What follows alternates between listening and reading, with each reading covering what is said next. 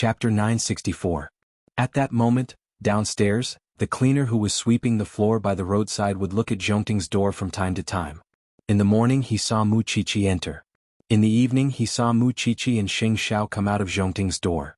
After coming out of the Lu Corporation's inauguration conference, Feng Chang tied up a cleaner and stripped him of his clothes. He dressed himself up so dirty and smelly that no one could get close to him. He cleaned the streets around Zhongting and also ate at the place where Zhongting's employees would eat. Although others would despise him when they saw him, no one would have thought that he was the criminal currently wanted by the police. Feng Chang. CEO Sheng is going to Z City for a meeting. I heard that he will bring a group of employees with him. I wonder who will be lucky enough to go. I heard that the snacks in Z City are delicious. When is CEO Sheng going? This isn't news. Why don't you know? The day after tomorrow morning. The employees of Zhongting were all talking about Xing Zhao's business trip to Z City, but they did not expect that a cleaner beside them would overhear it.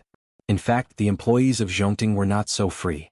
However, the higher-ups had requested that no matter where the employees ate, they had to spread the news.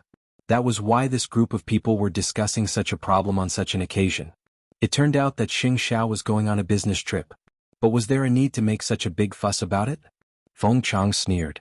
He was more willing to believe that this was a trap set up by Xing Xiao and the police to lure him into the trap.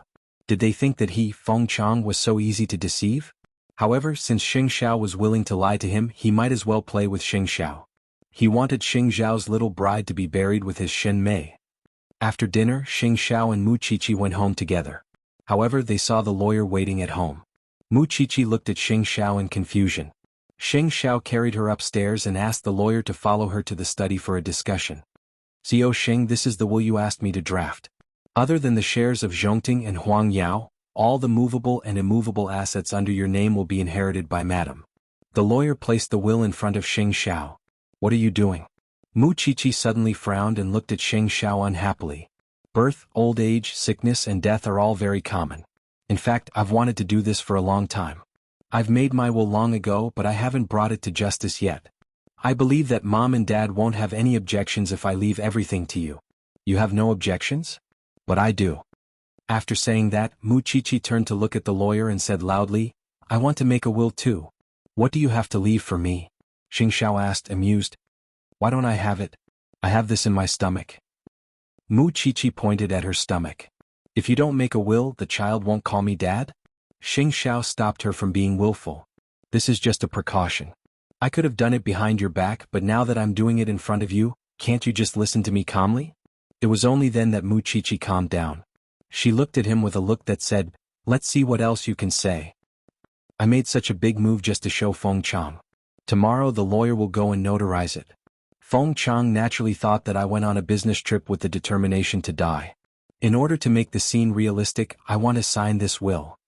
Are you bluffing? Mu Qiqi obviously did not accept this reason. If you sign it, it'll count. Do you think I'm really stupid? If you want to sign it, sure. Write a supplementary statement. When will this will automatically become invalid? Otherwise, I'll take your son and run away. You can do as you see fit. When the lawyer heard Mu Qiqi's threatening and coquettish tone, he immediately smiled. Xiao Sheng, why don't you listen to Madam? Even if you want to put on an act, there's still room for maneuver. All right then. Xing Xiao nodded and wrote another supplementary statement. He signed and stamped it. Are you satisfied now? Are you so sure that Feng Chang will really fall for it? Mu Qiqi was unhappy when she saw the word, will. This man was only in his early 30s. He could still harm people for at least 50 years. Why was he acting like an old man? Master Xiao, let me tell you. I've already made my attitude clear. Whether you live or die, I'll follow you. When the child is born, he will have so many elders to dote on him. I'm not afraid that he will have no parents. Xing Xiao looked up at the lawyer and told him to take the will and leave quickly. The lawyer understood. He quickly packed up the documents and disappeared from the banyan courtyard. Only then did Xing Xiao carry her and place her on his lap. Don't say that we'll live and die together. I don't have any plans to die. You have to live to 100 years old for me. Wouldn't that make me an old monster? Mu Qiqi shook her head. Thinking of that scene, she felt a chill run down her spine. Also, what's the point of living so long? If you're here, I'll be here. If you're not, will I live to 100 years old and suffer? When the time comes, my children will despise me and send me to a nursing home. Let's see if your heart aches. Idiot. Sheng Xiao chuckled and sat on the chair with Mu Qiqi in his arms. He did not move for a long time. The feeling of having both his wife and child in his arms was very special. After a long time, he whispered in Mu Qiqi's ear in a low and seductive voice, "When you're 22 years old, I'll immediately apply to recognize our marriage and change it to a new marriage certificate."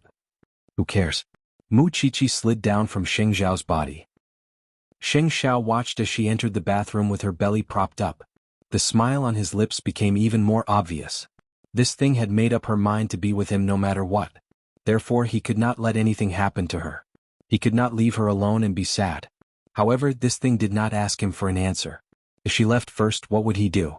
He would not choose to commit suicide because the experience with this thing was enough for him to slowly recall for the rest of his life. Only when people were alive could they have feelings. If they were dead, there would really be nothing left. He greedily wanted to live. He wanted to feel more of the little things he had with this thing. Mu Qiqi, who had entered the bathroom, leaned against the wall. She felt uncomfortable because she had never thought that Sheng Xiao would actually plan to make a will. The two of them had been together for so long.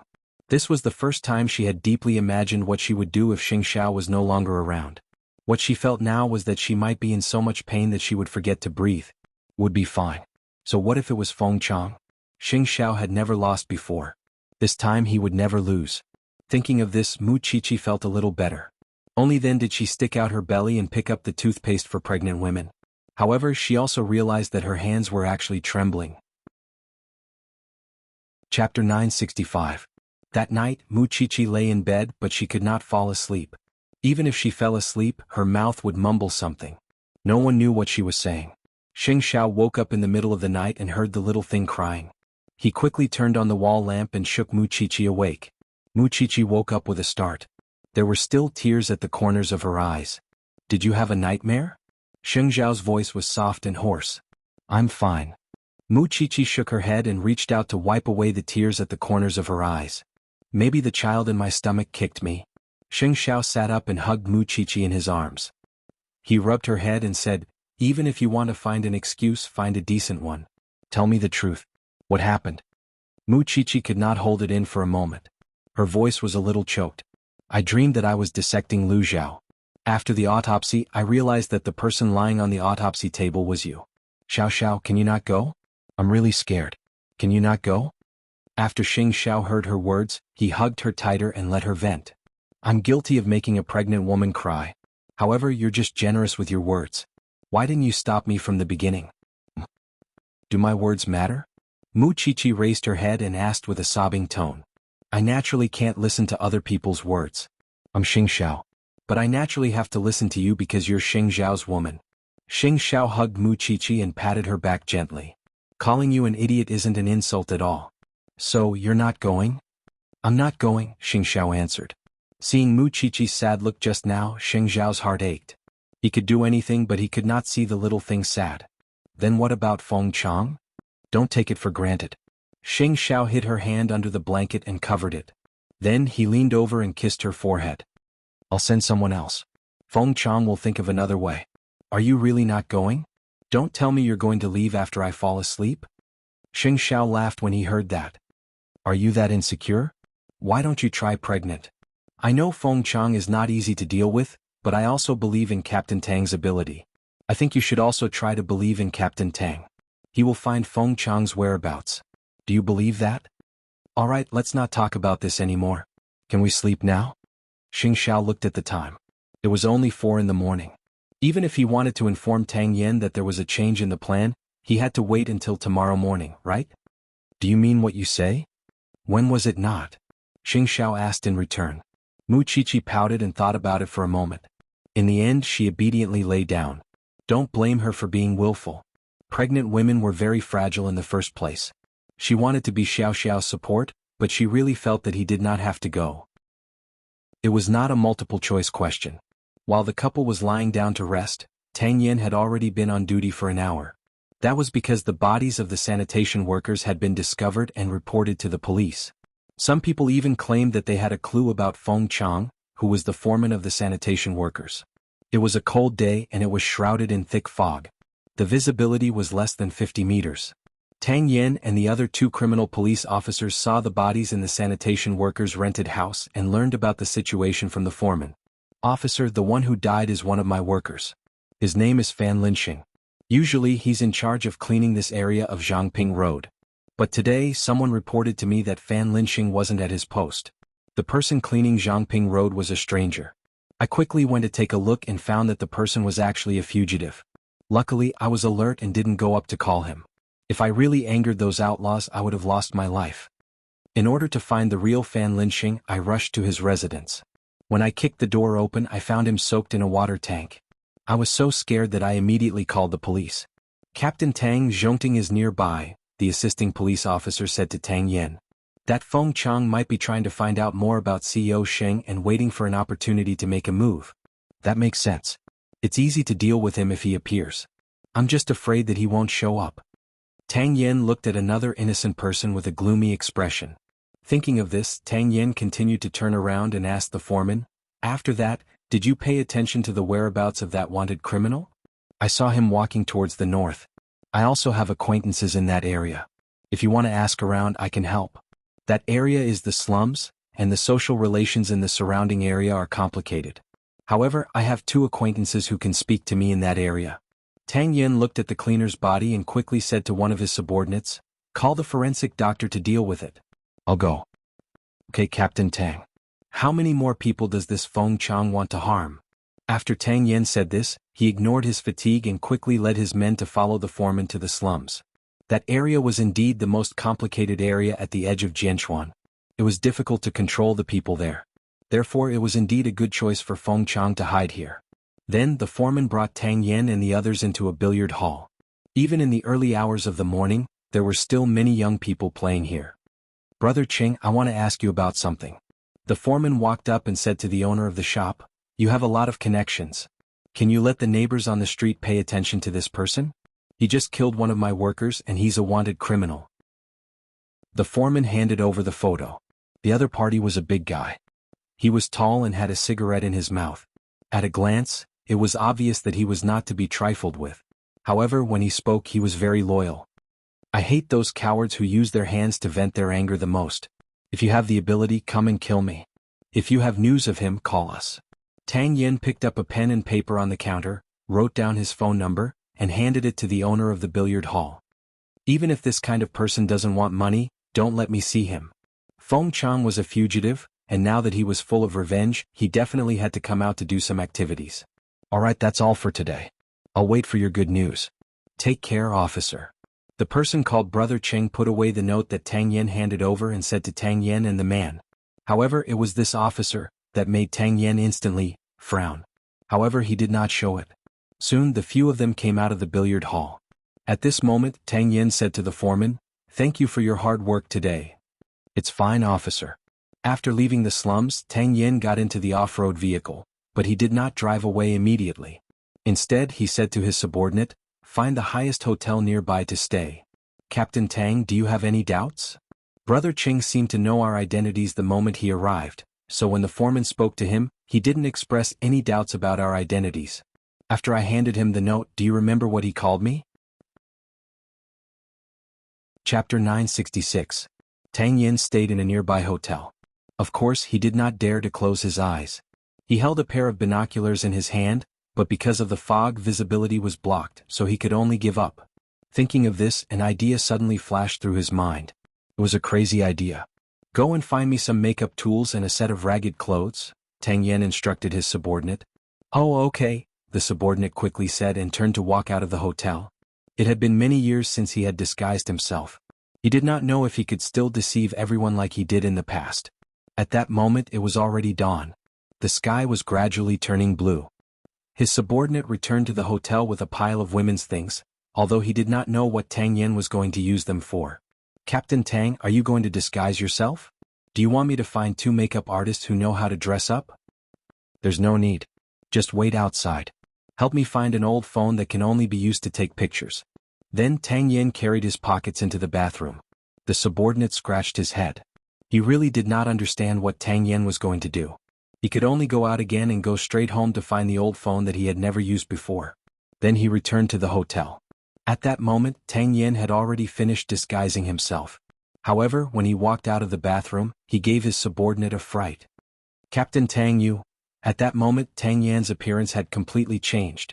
His clean and tidy face was now covered in scars, especially the burn on his left cheek to his cheekbone. It gave people goosebumps when they saw it. "Can you still recognize me?" Tang Yen put on his tattered clothes and hunched his back. Even an immortal would not be able to recognize him. The subordinate shook his head vigorously. "I can't recognize you at all. I didn't expect you to have such a skill, Captain Tang." "Cut the crap. I'll go down and get some information. You stay here and wait for further notice. Don't let Feng Chang have another chance to go out and hurt people." "But you're alone?" The subordinate was a little worried about Tang Yan's safety. "No need. You just have to take care of yourself." With that, Tang Yan took the old, tattered phone and walked out of the hotel room. This was his old profession. He knew better than anyone how to protect himself. Not far from the billiard hall, an old man carrying a bucket of rancid water rode on a small tricycle and left the alley. The police had already found the body of the sanitation worker. Last night, Tang Yan, that annoying criminal police officer, also came to the billiard hall. However, the police definitely did not know that the owner of this billiard hall, Cheng Zhizhong, was his former underling. "So, you want to capture him just like that? Dream on." Sheng Xiao was going to Z City with great fanfare. Did he think that he would follow him? He was too lazy to waste his energy. During the day he would go out to gather information and buy some materials to make bombs. At night he would stay in Ah Cheng's house and do some experiments.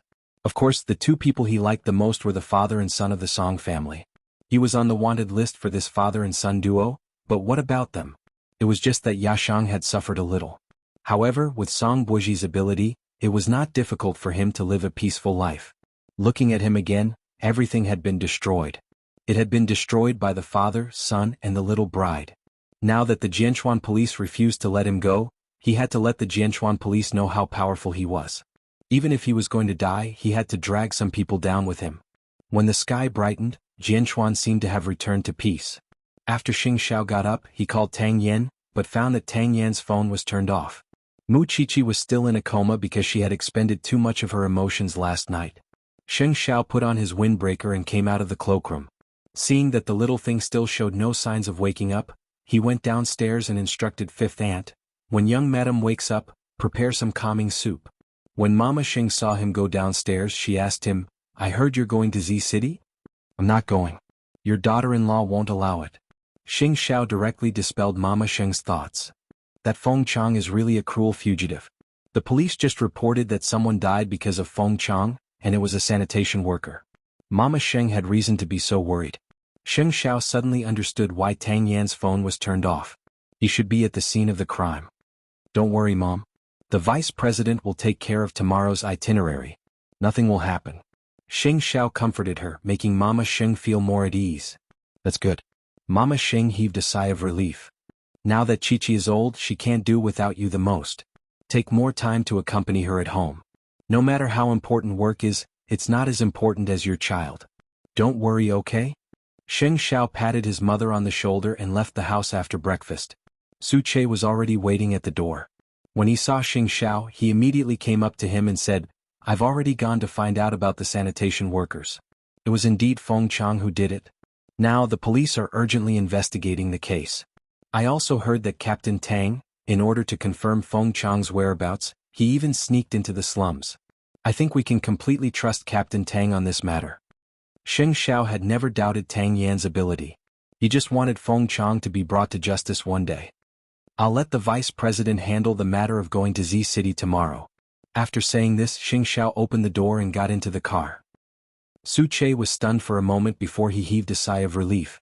It was not worth it for a person like Feng Chang. Then Madame should be the happiest.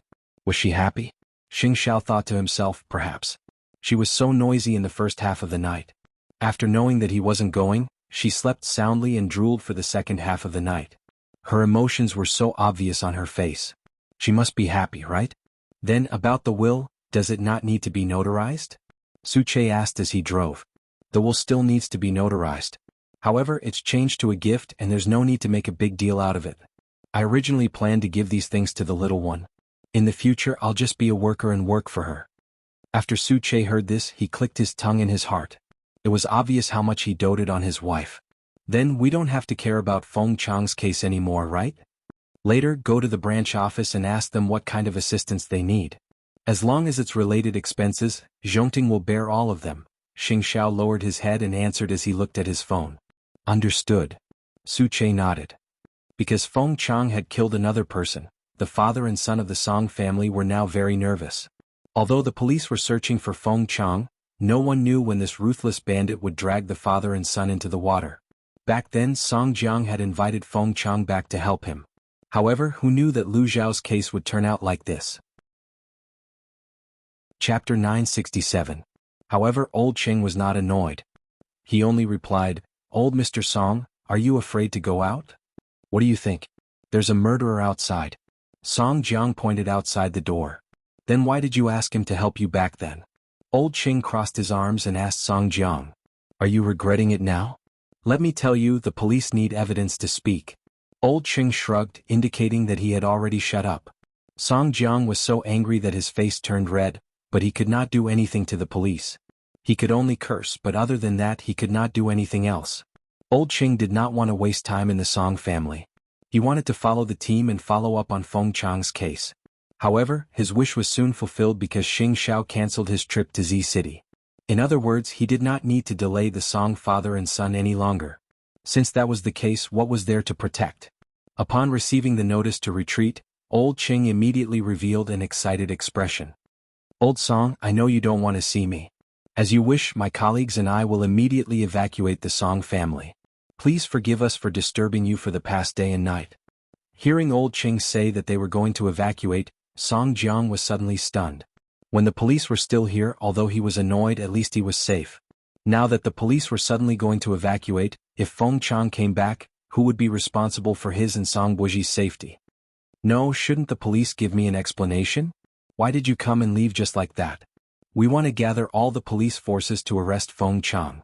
If you have any news of Feng Chang, you can call the police immediately. Old Cheng put his hands on his waist and laughed. Then he led all the police officers and evacuated from the Song family. Song Jiang was a little angry. "Are you playing with me?" Song Buji came out of the room and looked at his troublesome father. He was a little disappointed.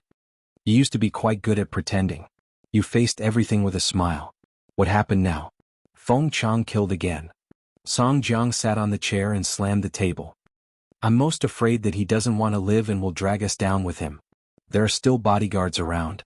Now you can only pray that the police solve the case as soon as possible."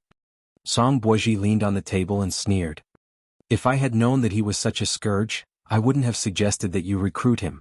While the father and son were talking in the living room, the family's helper suddenly rushed in and said, "Master, young master, the water pipe in the house burst. We've already gotten workers to deal with it. However, the leakage is quite serious. I hope you can go upstairs to avoid it." After Song Jiang heard this, he kicked his chair. "You can catch up with everything. You should ask Deputy Liang to protect you now."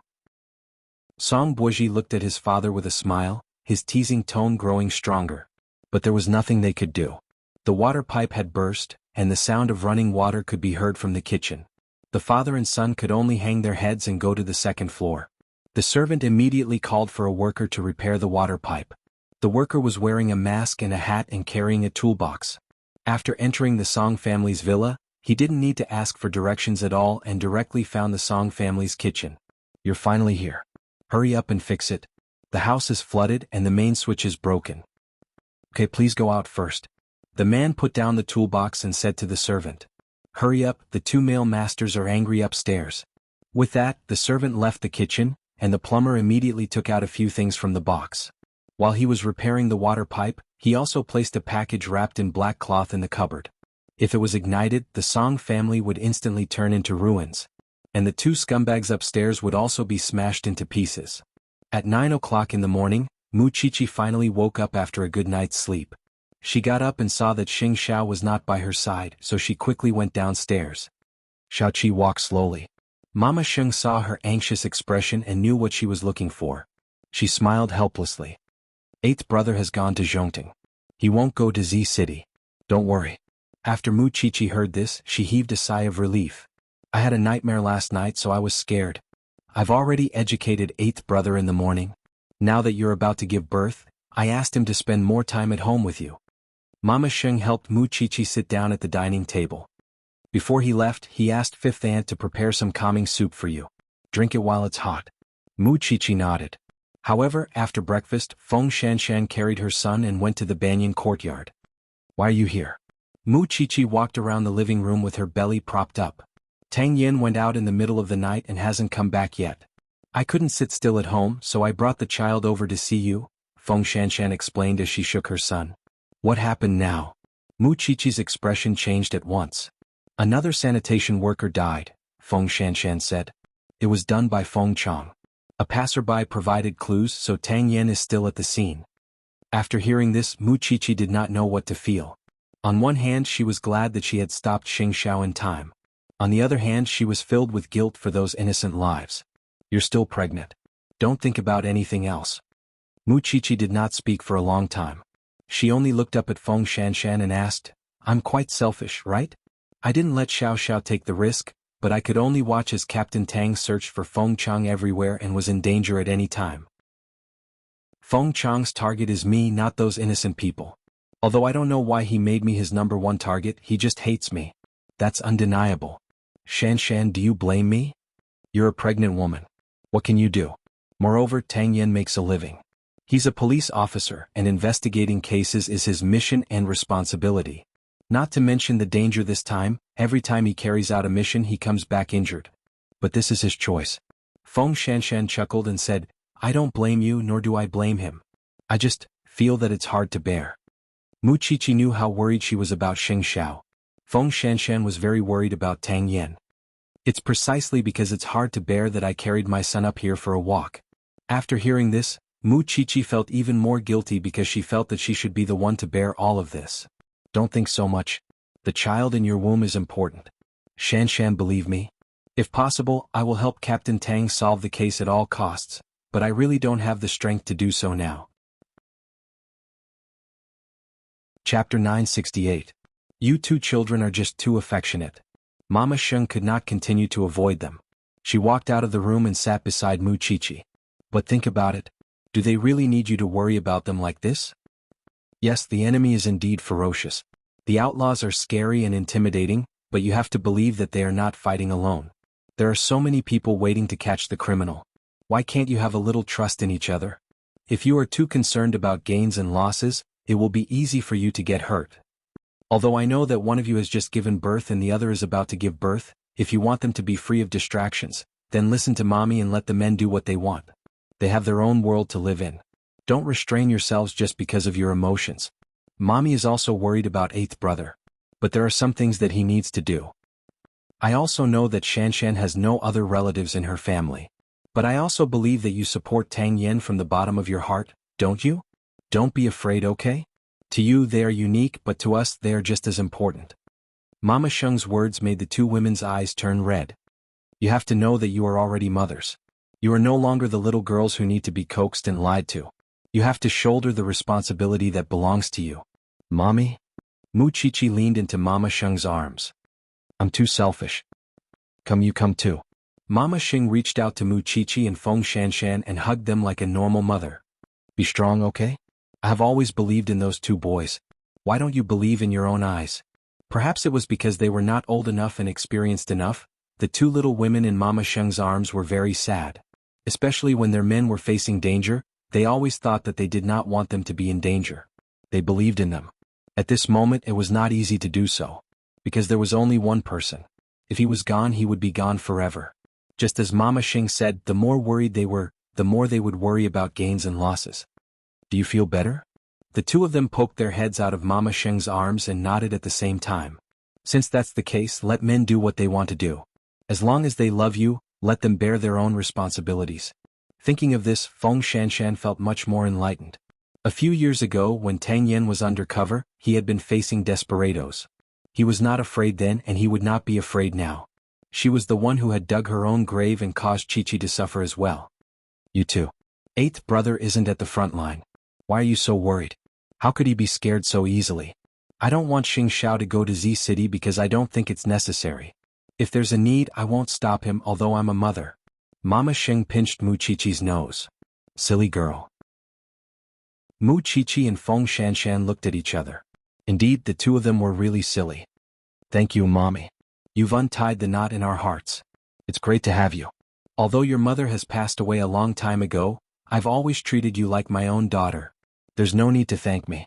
Since you've thought it through, go lie down and rest. No, I want to hug you for a while more. Mu Qiqi leaned on Mama Sheng and refused to let go. Women were emotional. So, no matter what men did, even if they knew that there would be no accidents, they would still worry. This was their nature. However, Mu Qiqi also thought about Mama Sheng's words carefully. A woman's excessive feelings were actually a burden to a man. It was a burden to both herself and the other party. So, when Xiao Xiao returned home at night, she would tell him not to worry about her. He could do whatever he wanted. Since she had already sworn to follow him through life and death, what was there to be afraid of? Of course, the two men had never thought that their women were troublesome. Especially Xing Xiao. Mu Qiqi had been with him since she was 17. All these years she had been devoted to him. Even now she was still obsessed with him. He knew it very well. So, he was used to taking care of the little one's feelings. As for Tang Yin, he was filled with guilt and gratitude towards Feng Shanshan for not being at home all day. However, he was a police officer and he had to work hard to catch criminals. He had always thought that it was his blessing to be able to marry such a good woman. So, many times he actually hoped that Feng Shanshan could be a little greedy. He could give his life to the country, but at the same time he could also give it to her. It was noon. A homeless man was probably extremely hungry, so he found a bowl of instant noodles that no one wanted in the garbage and squatted on the street, wolfing it down. It was at the entrance of the billiard hall. The guard glanced at the homeless man and said in disdain, "Get lost. We're still doing business." The homeless man had only run a few meters away. At this moment, an old man on a tricycle stopped in front of the billiard hall and glanced at the homeless man. However, he did not suspect anything. Instead, he carried the bucket and entered the billiard hall again. This time, the security guard did not stop him. The homeless man only had one eye at the moment, so it was convenient for him to see people. However, he could recognize that it was the wanted criminal, Feng Chang. Feng Chang had indeed concealed himself very well, but Tang Yin still recognized his characteristics. In the afternoon, the old man carried the bucket and left on his tricycle. The homeless man followed from afar as if he was begging crazily. Because this was Brother Cheng's territory, no one knew if there was anyone watching them. Therefore, Tang Yin hid himself perfectly. On a tall building not far away, Old Cheng was using binoculars to check the situation downstairs. Which one is Captain Tang in disguise? He looked at the faces of normal people and did not find anyone who looked like Captain Tang. At this moment, the young policeman laughed. It's that homeless man. Old Cheng took a closer look and immediately felt a little nauseous. Captain Tang is too reckless. Even if junior sister Shanshan came, she wouldn't be able to recognize him, much less me. When Captain Tang first came out, I was also shocked. Are you sure that Feng Chang is in that billiard hall? Old Cheng continued to ask. Yes. Then why didn't you apply for an operation? Old Cheng did not understand. If he had known earlier, he would not have protected the Song father and son and missed so many details of the case. Captain Tang said that we have to wait for further confirmation. Moreover, this place is Feng Chang's territory. Once he runs into the crowd, we won't be able to catch him at all. Instead, we'll alert the enemy. We'll wait for Captain Tang to have a meeting with us tonight. Chapter 969. Throughout the day, the old man who poured the rancid water came in and out of the billiard hall 3 times. Because his identity was too inconspicuous, no one paid attention to him. However, Tang Yin could see it clearly, so Tang Yin suspected that there was something in the old man's oil barrel. He came in and out so frequently to transport something. And if he wanted to figure out what it was, Tang Yin thought that he could put on a good show. Because his persona was that of a tramp. The last time he saw Feng Chang coming out of the billiard hall, Tang Yin deliberately went forward and grabbed Feng Chang's tricycle. He pretended to be hungry and rushed up to snatch the barrel from the tricycle. Feng Chang turned around and saw this. He pushed Tang Yin away and kicked him a few times. Stupid beggar. After saying that, he put the oil barrel back on the tricycle and looked around. After making sure that no one was paying attention, he rode the tricycle again and left through the alley. Tang Yin lay on the ground and groaned. Although he could not see what was in the small barrel, he smelled it. It was the smell of gunpowder. At 6:30 in the evening, Tang Yin first rushed back to the hotel to take a shower and wash off his sloppiness. Then he returned to the branch office for a meeting with all his colleagues. I found Feng Chang's whereabouts, but this person is very cunning. He's hiding in the slums, pretending to be an old man who pours rancid water. He also has a powerful informant backing him up. Qing Zhizhong, the owner of the billiard hall in the slums, is also the tacit boss of this area. He has a lot of connections and many informants. In a place where social relations are extremely complicated, this brother Qing is very popular. He can almost summon 100 people. What's even more frightening is that this brother Cheng and Feng Chang have a very close relationship. According to my observation, Feng Chang is now living in this brother Cheng's billiard hall. I've been a tramp in the slums for the whole day. From 7 in the morning to 6 in the evening, Feng Chang went in and out of the billiard hall 4 times. That's not counting the number of times he went out before I arrived. Every time he went out, he brought a few oil barrels with him. I pretended to be hungry and went to investigate. There was a pungent smell of gunpowder inside. So, the difficulties we face now are, first, the slums are Brother Cheng's world. If we want to catch Feng Chang in the slums, we have almost no chance of winning. Second, where did the things that Feng Chang transported go? Thirdly, what does he want to do? Tang Yen and all the police officers in the station were having a meeting. At this time, Feng Shanshan carried her son and delivered supper to the people at the police station. When Tang Yen saw Feng Shanshan, he immediately stopped the meeting and looked at her. His voice immediately became gentle. "Why are you here?" Everyone looked at the door and saw Feng Shanshan holding the baby. They immediately joined in the fun excitedly. "Oh my God, this is Captain Tang's son. So cute. Her cheeks are bright red. Super cute. Captain Tang, I want a hug. I want a hug. Rest for 5 minutes." The meeting had been going on for a long time and no one had a clue. Now that Feng Shanshan had brought supper, the group of hungry wolves could not hold it in anymore. They quickly thanked her and happily went to the dining area with their lunch boxes. His son was surrounded by a group of men, but Tang Yen could still whisper to Feng Shanshan, "It's such a cold day. Be careful not to catch a cold. You haven't returned home since early in the morning. I just wanted to come and see you. You're not out of confinement yet. You can't be exposed to the wind like this. Besides, the child is still young. I'm not afraid of being wrapped like this." Feng Shanshan held Tang Yan's hand and said, "If you're too tired, remember to rest. I'll take good care of myself and the child. Don't worry, Fifth Aunt and the confinement nanny are very careful." When Tang Yan heard this, he only felt guilty. He kissed Feng Shanshan's forehead. "It's so good to have you. Catch Feng Chang well. I'll leave with my son now." Feng Shanshan had been educated by Mama Sheng during the day at the Banyan courtyard, so she could understand this man's hardships and difficulties. He was not only her husband and the father of her son, but also the people's police. "I'll go home later." Feng Shanshan smiled. Indeed, when you understood a person, there would not be so much resentment and anger in your heart. You would have more room to accommodate love. Then she took the child from her senior brother's hands. Looking at her back as she left, Tang Yan's eyes couldn't help but turn red. When old Qing saw this, he immediately patted his shoulder and said, "I'll send junior sister off. Captain Tang, continue with the meeting. I'll be back soon." "Thank you. Be careful. Junior sister is a good woman. Captain Tang, you have to cherish her." Old Qing had seen all kinds of things, but this was the first time he had seen such a sensible person. "I'll be back soon." Tang Yen put away his emotions because he had to come up with a plan to arrest Feng Chang as soon as possible. Only then could he go home and sleep in peace. Not far from the door, old Qing caught up with Feng Shanshan. He drove his car and sent Feng Shanshan home. "Junior sister, I'm sorry.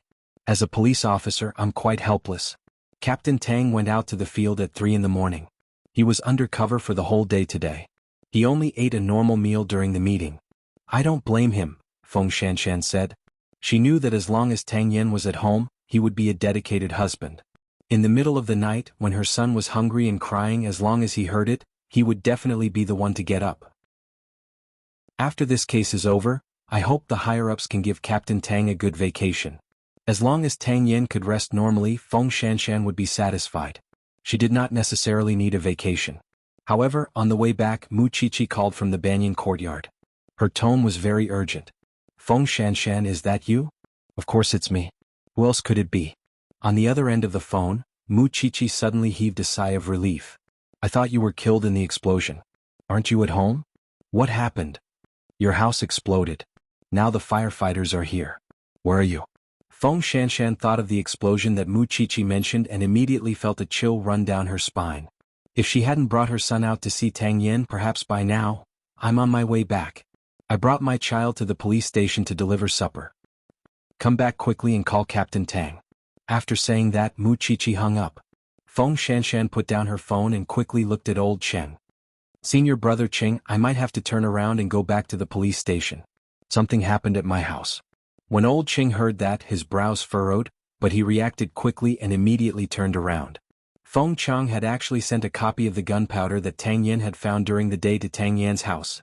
A moment later, Tang Yin saw old Cheng and old Cheng turn around and frown. Chichi called just now and said that there was an explosion at home. Chapter 970. There was no need to think about it. This was Feng Chang's revenge, or rather, a warning. After Tang Yin heard that, he hugged Feng Shanshan and his son tightly. Fortunately, you came to deliver supper. Fortunately, it's all thanks to Aunt Sheng's guidance this morning. I didn't believe that Xiao Qi was my benefactor before, but now I do.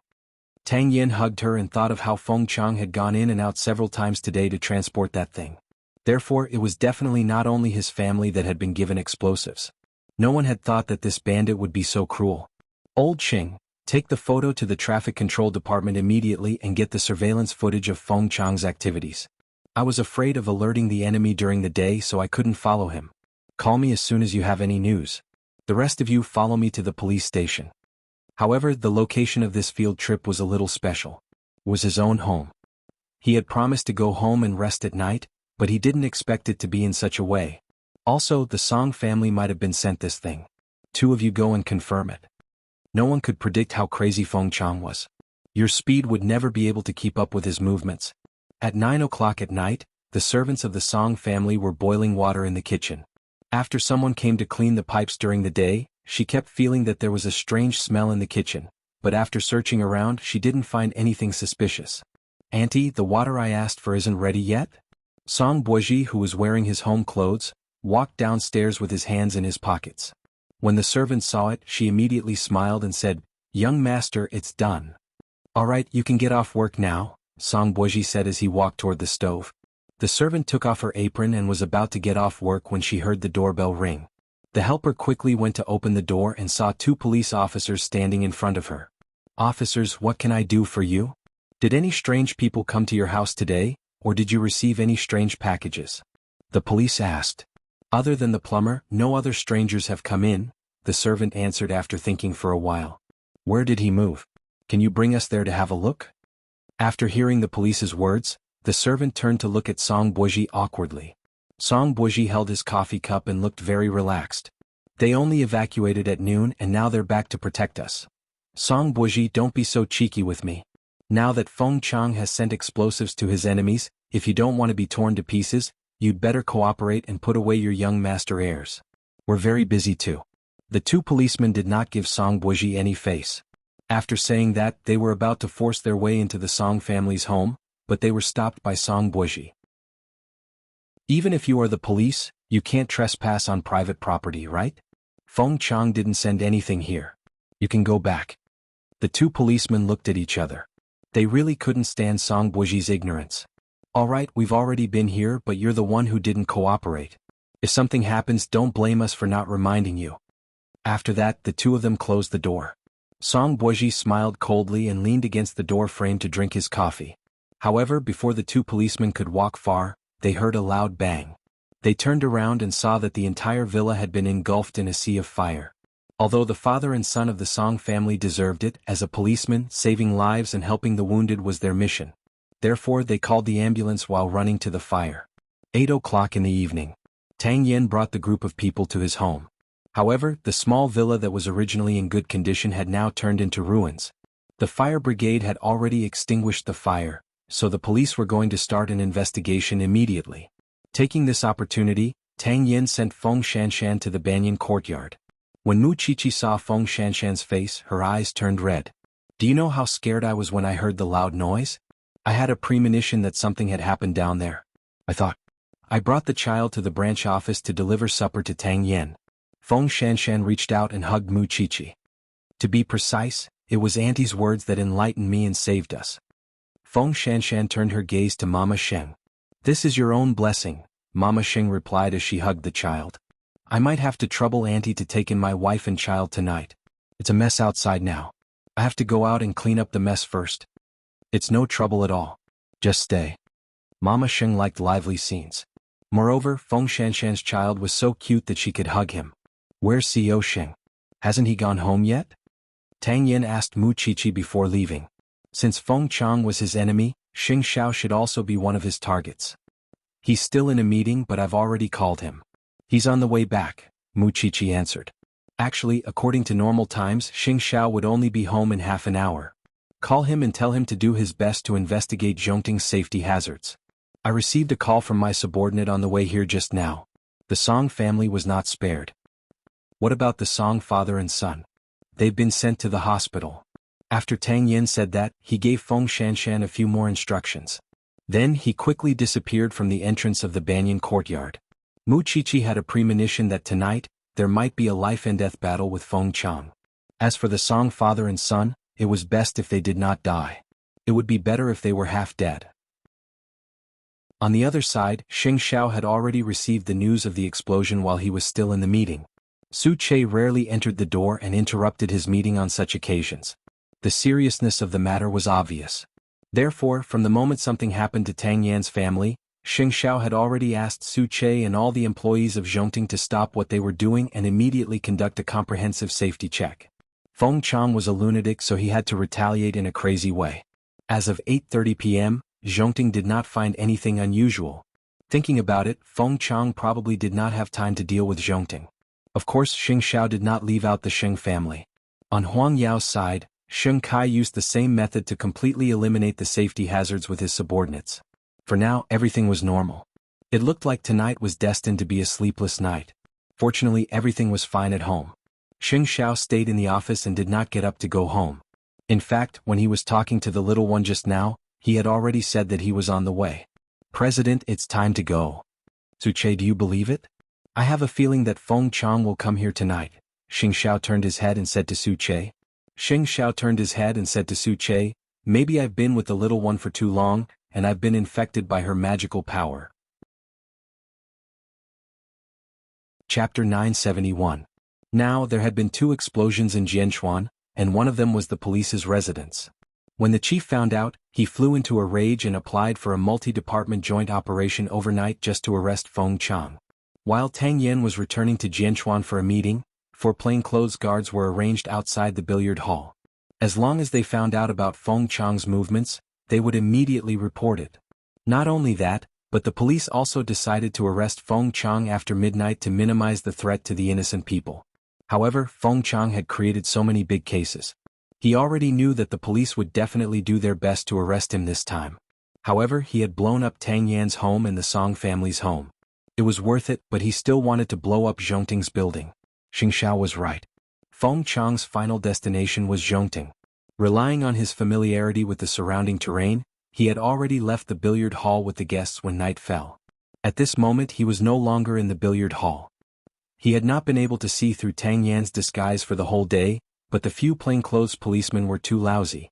They let him know that his hiding place had been exposed. A bunch of idiots. You want to catch me? No way. At this moment, Feng Chang had transformed into a hunchbacked old man who was obsessed with walking his bird and had blended into the police's line of sight. At the garbage recycling station not far away, the big guys that he had transported during the day were now hiding in the piles of garbage. Zhongting's security was very strict. This was the conclusion that Feng Chang had come to after lurking around for a few days. Tonight he wanted to put these big guys on each floor of Zhongting and wait until tomorrow morning to see the building collapse and human flesh flying everywhere. That scene would definitely be spectacular. He had carefully studied Zhongting's security system. The cameras covered almost all the areas except for one place, and that was the bathroom on each floor. In addition, he knew where Zhongting's surveillance system was located. At 10 o'clock in the evening, the people on the streets gradually thinned, and the slums also returned to peace. Tang Yin divided his men into 3 groups. One group surrounded the billiard hall, the other group was responsible for wearing plain clothes and going in to cause trouble, and the last group was to intercept the exits outside the billiard hall. When the time was up, Tang Yin gave the order to take action. A few plainclothes guards who pretended to cause trouble immediately entered the billiard hall to cause trouble for Brother Cheng. Who is the boss here? Come out. Did my brother get beaten up here today? A few plainclothes officers aggressively entered the billiard hall. Brother Ching immediately stood up from the cashier and walked in front of them. What's all this fuss about? How dare you cause trouble at Brother Cheng's place? My brother was beaten. Both sides began to push and shove. You want to fight? The two sides quickly got into a physical conflict. Two of the plainclothes even rushed into the billiard hall, but they did not find any trace of Feng Chang. Taking advantage of the chaos, one of the policemen carefully searched all the rooms in the billiard hall, including the room where the gunpowder was hidden. However, he did not find Feng Chang. Then the young policeman sent a message to Tang Yen. Captain Tang, something's not right. Feng Chang has already run away. Capture Cheng Zhizhong for interrogation, Tang Yen ordered immediately. Then a few plainclothes officers took out their IDs and held Cheng Zhizhong. It's a cop. Where did Feng Chang go? Old Cheng took the lead and punched Cheng Zhizhong in the stomach. Do policemen like to hit people? Cheng Zhizhong spat disdainfully. To tell you the truth, you're too inexperienced to catch Big Brother. He just left with the guess. What are you policemen doing? Can't you tell? Besides, you can't catch up to him at all. He's gone to do something big. Interrogating Cheng Zhizhong at this time would definitely not yield any results. Tang Yen took a deep breath and took out his phone. At the same time, he said to old Cheng, bring him back to the station. Then he dialed Xing Xiao's number. Xiao Xing, are you home? I'm still in Zhongting. Xing Xiao sat in the dark office and answered in a low voice, but Feng Chang is here too. He's hacking into our security system now. I'm watching a good show. I'll be right there. Zhongting's security system was personally modified by a professional American security team. It was divided into two parts. The daily control room was on the 3rd floor underground, while the main system was on the 12th floor. Feng Chang thought that he had found Zhongting's weakness, but he did not expect that his every move was under Xing Zhao's surveillance. After cutting off all the alarm systems, Feng Chang began to move things from the truck downstairs to Zhongting's corridor like a diligent bee. There was a small medicine bag every 2 floors and it was placed in the firebox. If one did not pay attention, no one would be able to discover it. And every time he went to a floor, Su Che would follow behind him and take away the explosives he had put down. This old man was really energetic. Xing Xiao did not even see how he opened the door of the surveillance room. He really had some tricks up his sleeve. Xing Xiao was watching the old man work diligently when the little one called. It's 10 o'clock. You're not home yet. Aren't you going home tonight? I have to go back, but I have to do my best to investigate Zhongting's security problems tonight, so it's a waste of time. You sleep first. Mu Qiqi was silent for a few seconds. She seemed to sigh and said again, I know you're lying to me. Zhongting's employees have already gotten off work. Xing Xiao facepalmed. He had almost forgotten that the traitor, the secretary, was in the office. Actually, you don't have to lie to me. I won't stop you from going out to do things. Just tell me when you can go home. Mu Qiqi's voice was very calm. Although I don't know what kind of situation you're in at Zhongting, I hope you can tell me the truth no matter what. 2 hours. Look at the time. I'll definitely go home. With that, Xing Xiao hung up. Feng Chang suddenly raised his head and seemed to have noticed the surveillance cameras that were still working. He seemed to have understood something. He did not go to the next floor but quickly entered the office area. Su Che quickly followed, but Feng Chang, who was hiding behind the door, discovered him. The two of them were in the dark, but they started fighting. Feng Chang was no match for Su Che, but he was extremely cunning. Knowing that he could not win, he immediately hid under the desk. Tang Yen also rushed to Zhongting and called Xing Xiao again. The entire building was pitch black. Where was Xing Xiao now? Captain Tang, you're here too. The surveillance room on the 12th floor. The password is 1224. After you enter, restart the security system and you'll be able to see where Feng Chang is. How are you now?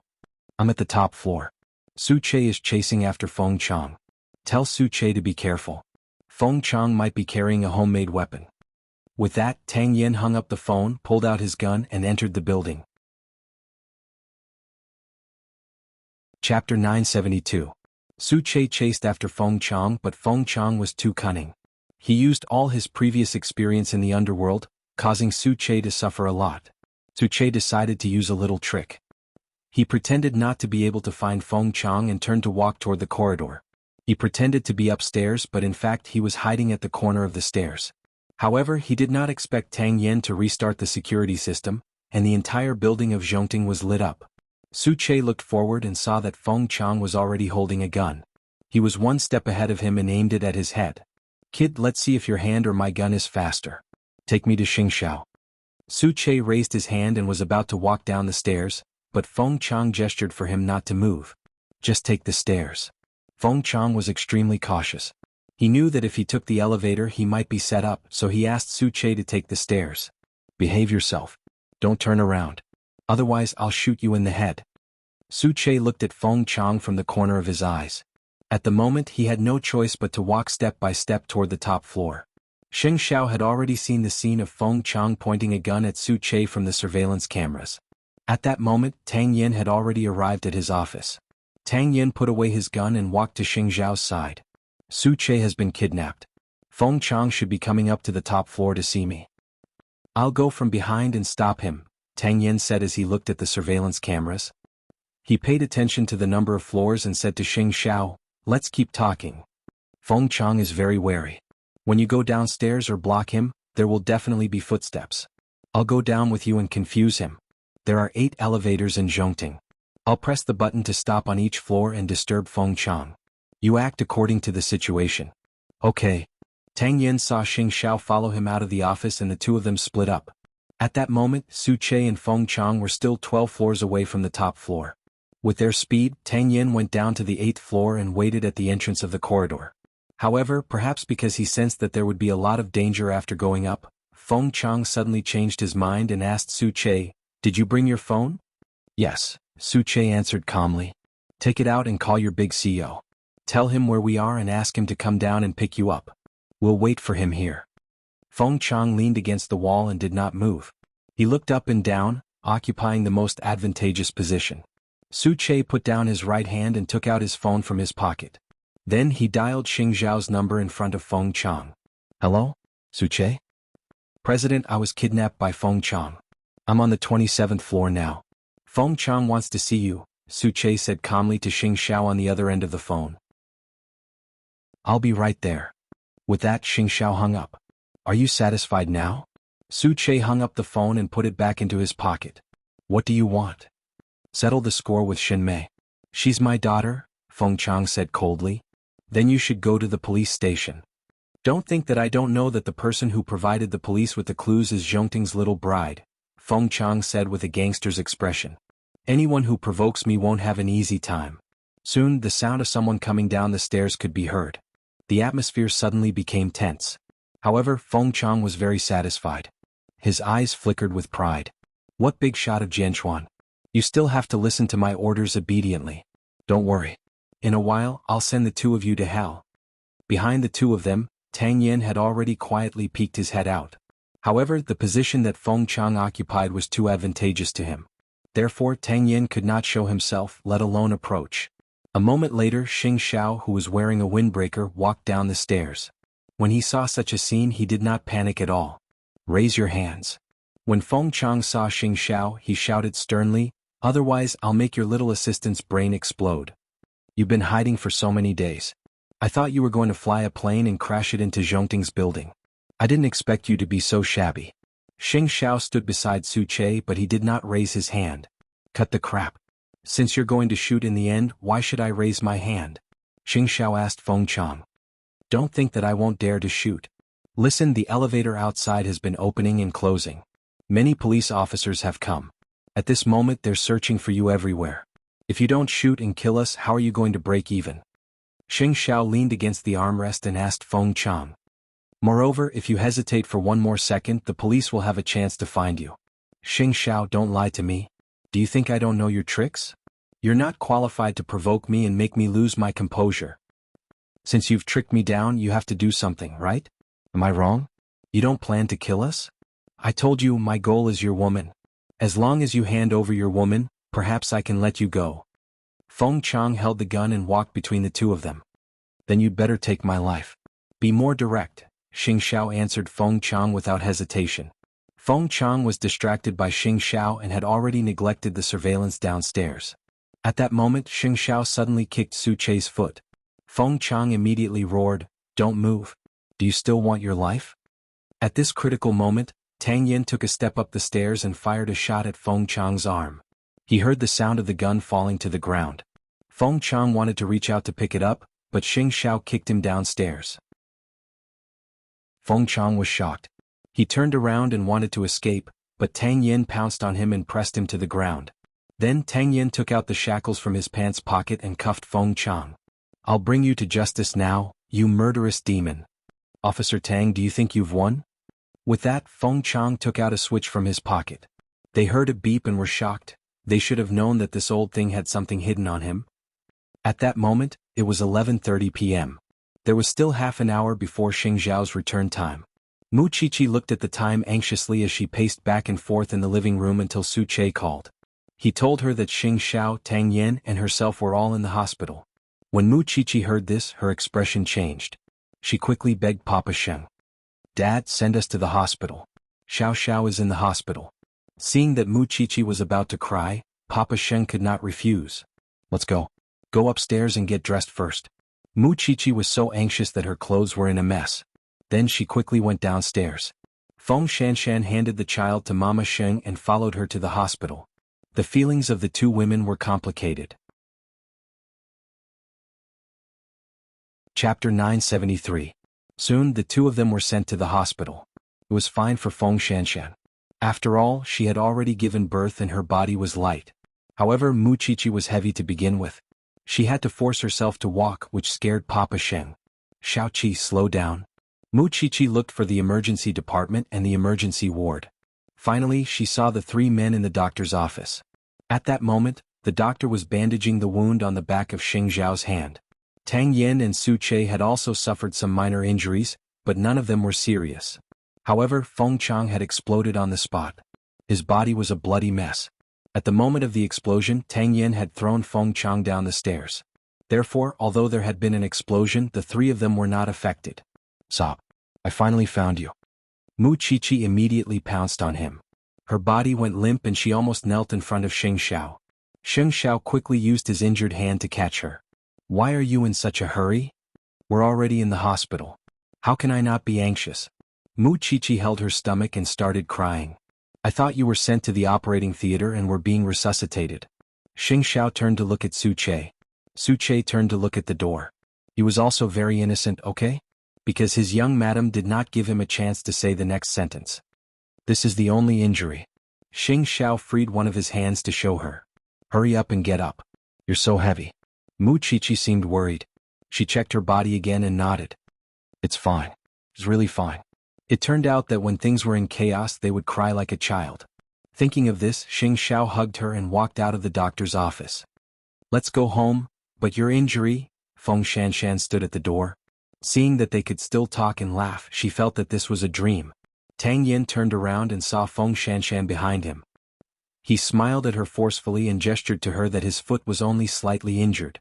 However, Feng Shanshan still pounced on him and hit and scolded him. Wasn't this pair a little too mushy? Now Su Che was the only one left in the office. The doctor on duty crossed his arms and looked at him. "How old are you? Why are you fighting like those two just now? Don't your parents care?" Su Che looked around and confirmed that the doctor was talking about him. Then he took out his identification and handed it to the doctor. When the female doctor saw this, she immediately felt a little embarrassed. "I couldn't tell at all. You're really good at retaining your youthful looks. You have a girlfriend coming to pick you up too?" Su Che shook his head and handed his hand to the doctor. "Bandage it for me." "Okay." The female doctor asked Su Che to sit down. After the wounds were bandaged, the few of them left the hospital.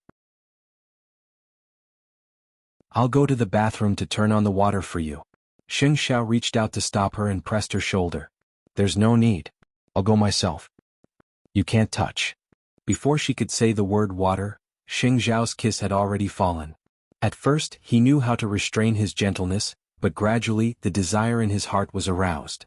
If Mu Qiqi was not pregnant, he might have already taken action.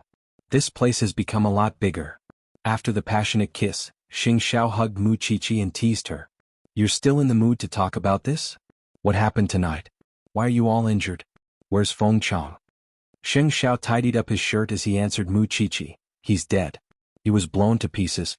In the future he won't be able to cause trouble for us anymore." "Really?" Mu Qiqi was doubtful. "Are you lying to me? If there really was an explosion, you wouldn't have been able to escape unscathed. I'm really not lying to you this time.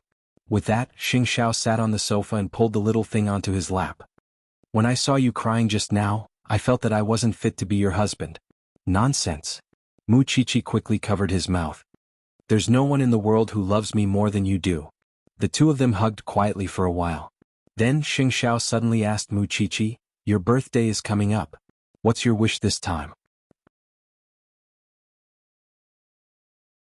Chapter 974. No matter how energetic Song Jiang is, it's impossible for him to cause trouble right after the explosion in the Song family. Besides, we have to investigate Feng Chang's matter. Song Jiang has to know how to restrain himself. Xing Xiao pointed at Mu Chichi's nose and asked, do you understand? Song Jiang brought this upon himself. He ruined both his son and daughter. If I were him, I would commit seppuku.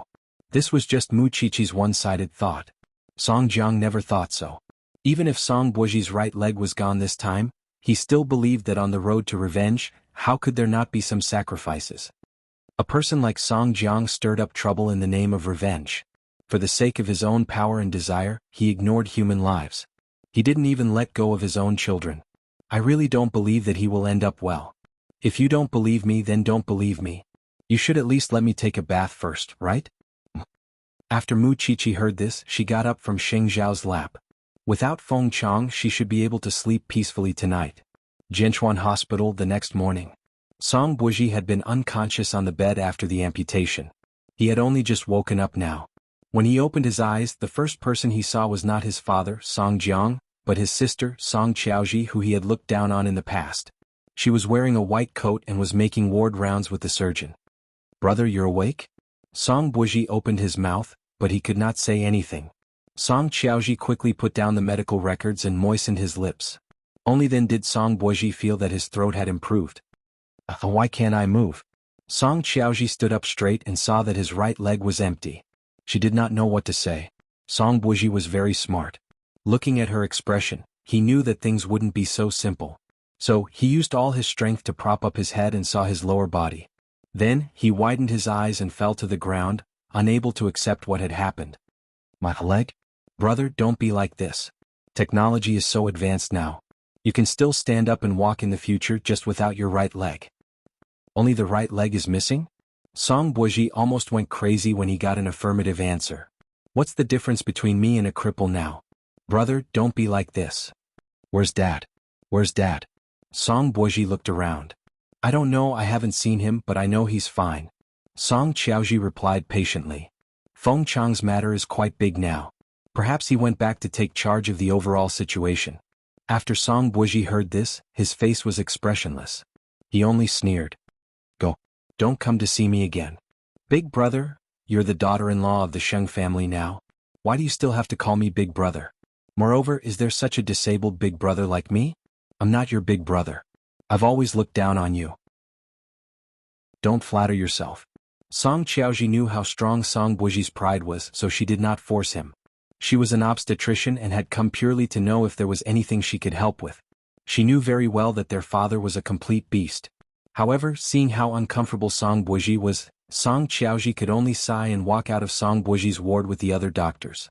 Song Buoji could not accept the pain of losing his right leg, so he picked up the phone on the bedside table with difficulty and called Song Jiang. Due to the explosion, the screen of the phone was shattered. However, he called 3 times in a row, but Song Jiang did not pick up. On the last call, Song Jiang's urgent voice was heard. Son, you're awake? I'm awake. Where are you? I'm at home. Yashang Group is in a mess now. You're injured, so someone has to take charge of the overall situation, right? So, now that your son has lost his right leg, you can immediately go back to work as if nothing happened. Song Buoji found it unbelievable. Otherwise, my 20 years of hard work will all be destroyed in one day. I'm not talking to you anymore. Have a good rest. With that, Song Jiang hung up. This was completely different from the father who usually cared about him. Song Buoji even felt that what he had lost might not be his leg but Song Jiang's love. Yes, a son without a leg was like a broken chess piece. He was not as useful as before. But who gave him this? For a moment, Song Buoji really wanted to call the police. He really wanted to die together with Song Jiang. However, after thinking about it carefully, he felt that it was not worth it. If he had to die, he should let that old man die by himself. That afternoon, the television news used 10 minutes to report on Feng Chang's arrest. In short, he had been blown into minced meat. However, Feng Chang was very involved, especially when he caused trouble in Zhongting. It was simply beyond the imagination of the audience. This person was not only cruel but also brainless. Zhongting also issued an announcement that there were no casualties in cooperating with the police to arrest Feng Chang. Moreover, Zhongting had also returned to normal operations.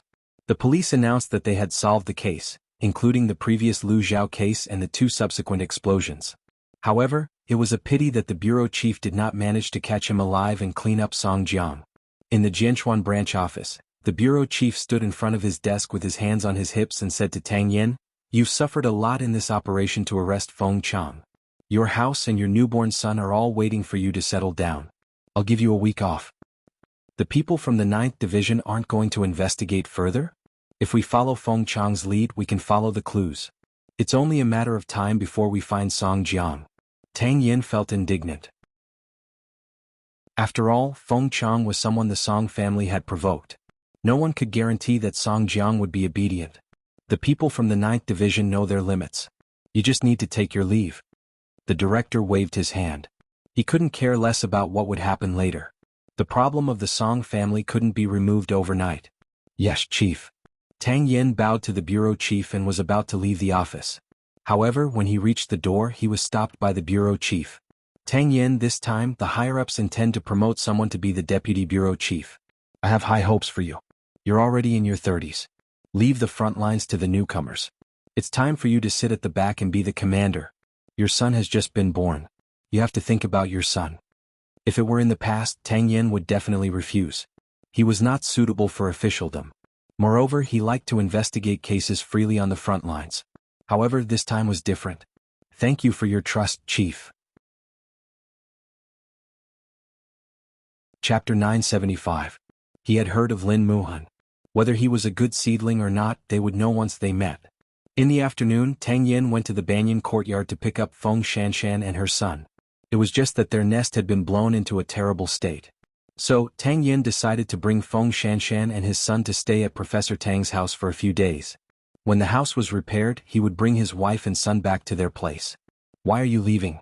"Even if there are 2 more people, the banyan courtyard can still accommodate them." Mama Xing asked the family of 3 to stay. She felt that the more people there were, the livelier it would be, and it would be more convenient for Fifth Aunt to take care of them. However, Feng Shanshan and her husband still knew their limits. They were already disturbing enough, and it was not appropriate for them to stay any longer. "Auntie, thank you very much for this period of time. However, I'm really sorry to disturb you any longer." Feng Shanshan hugged the child and said to Mama Xing apologetically, "We'll visit you often in the future." "If that's the case, then all right."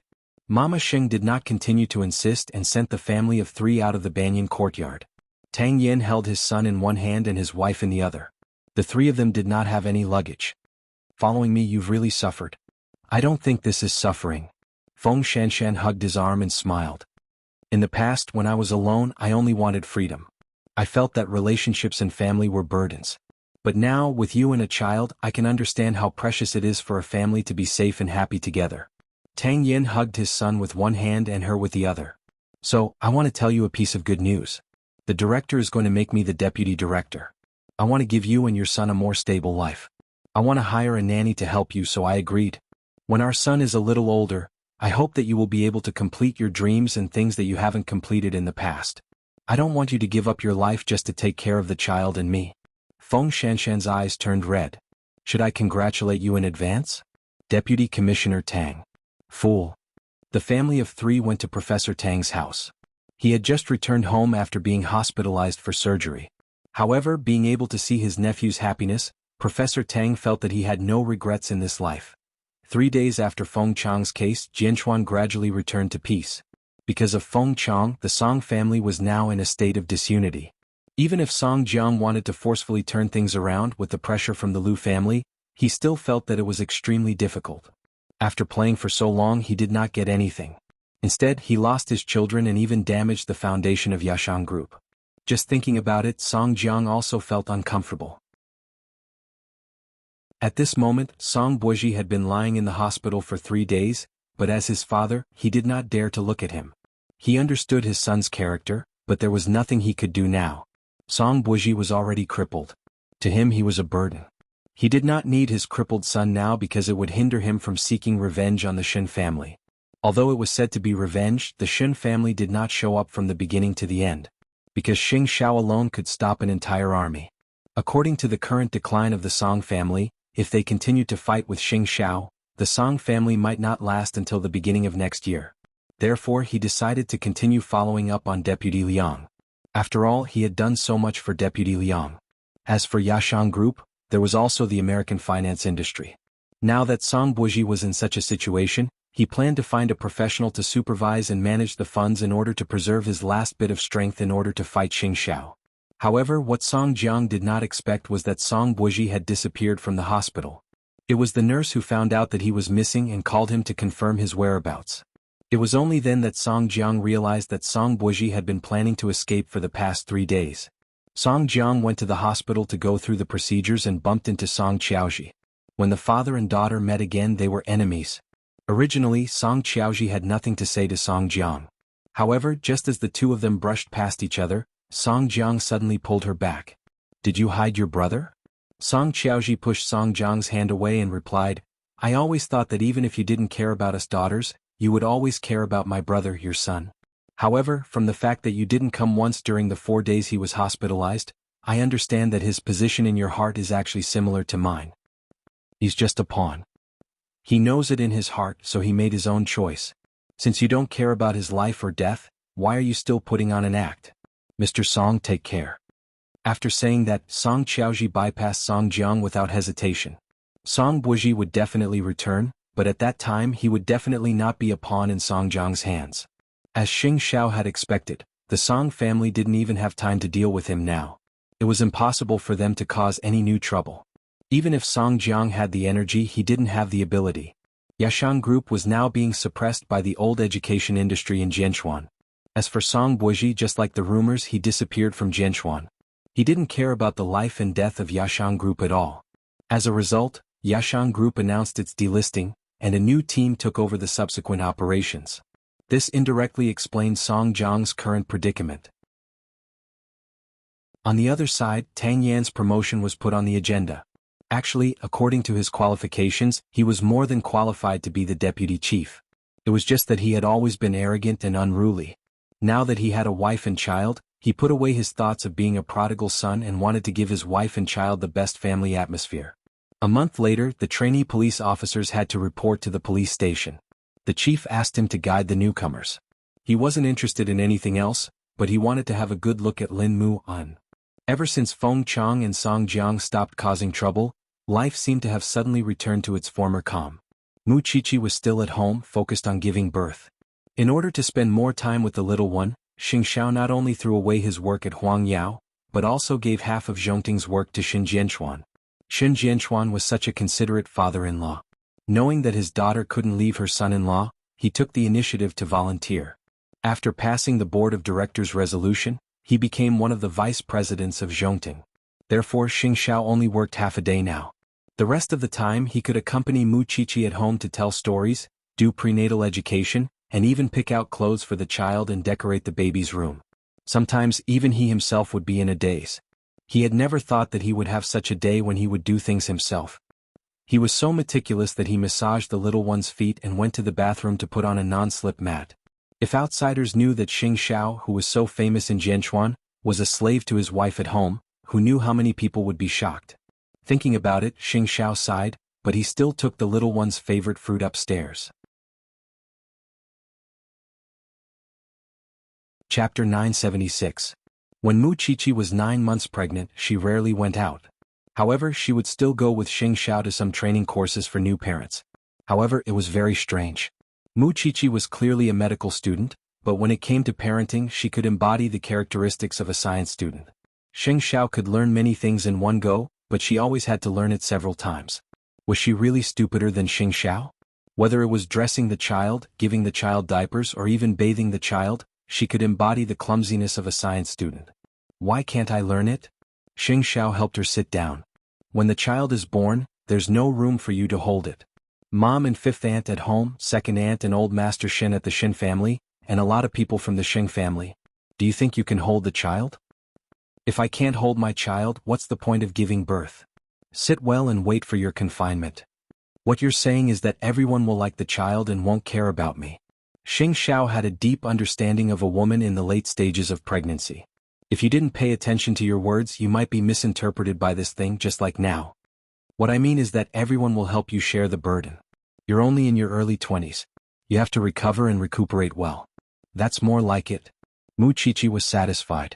She sat on the sofa and watched Xing Xiao quickly revise and dress the baby again. Recently the baby had been moving very fast. She didn't know if it was because fifth aunt had fed it too much, but Mu Qiqi had a feeling that the naughty child would come out early before the due date. With the careful care of her family, she was naturally not worried that no one would take care of the baby after it was born. She was just simply afraid of giving birth, whether it was a natural birth or a cesarean section. Even if it was painless now, it would still be hell a month after giving birth. Although when she was dissecting, her hand raised the knife and cut open the belly of others, it was just a matter of an instant, but the feeling of the object lying in the hospital bed, that kind of feeling, made her continuously begin to start to feel cold. Back then she was the one who insisted on having the baby because Xing Xiao was in his early 30s. The children of his age were already in primary school. If she really waited until she was 26, wouldn't Master Xiao be an old man? The two of them had been together for so many years, and he had always been the one doing everything for her behind the scenes. Other than making some small things, she had never done anything for him, so this child was her ultimate gift. It was snowing in Jianchuan when he returned home at night. Mu Qiqi looked at the snowflakes outside in disbelief. After returning home, she drank the chicken soup that fifth aunt had made. Not long after lying down, she felt that something was wrong. Xiao Xiao, it hurts. It hurts for a while. The baby should be born early. Xing Xiao had just sat down when he heard her shout. He quickly got up. I'll contact the hospital right away. Mu Qiqi nodded repeatedly. Xing Xiao quickly went downstairs and told Papa Sheng to drive. The whole family changed their clothes and took their things. Then they hurriedly sent the little one to the hospital.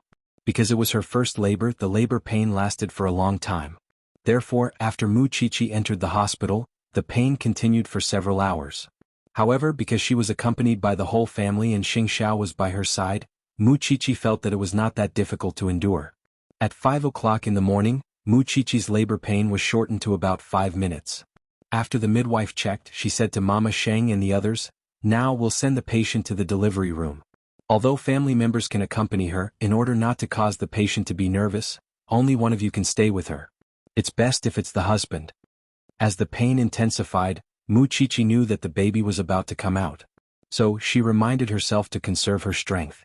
Otherwise it would be very difficult for her to give birth naturally. Eighth brother, accompany Xiaoqi inside. She's risking her life for you, Mama Xing said as she patted Xing Xiao's shoulder. Xing Xiao was not wearing a suit and leather shoes at the moment.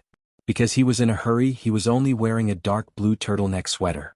Hearing the little one's cries in the delivery room, his heart tightened.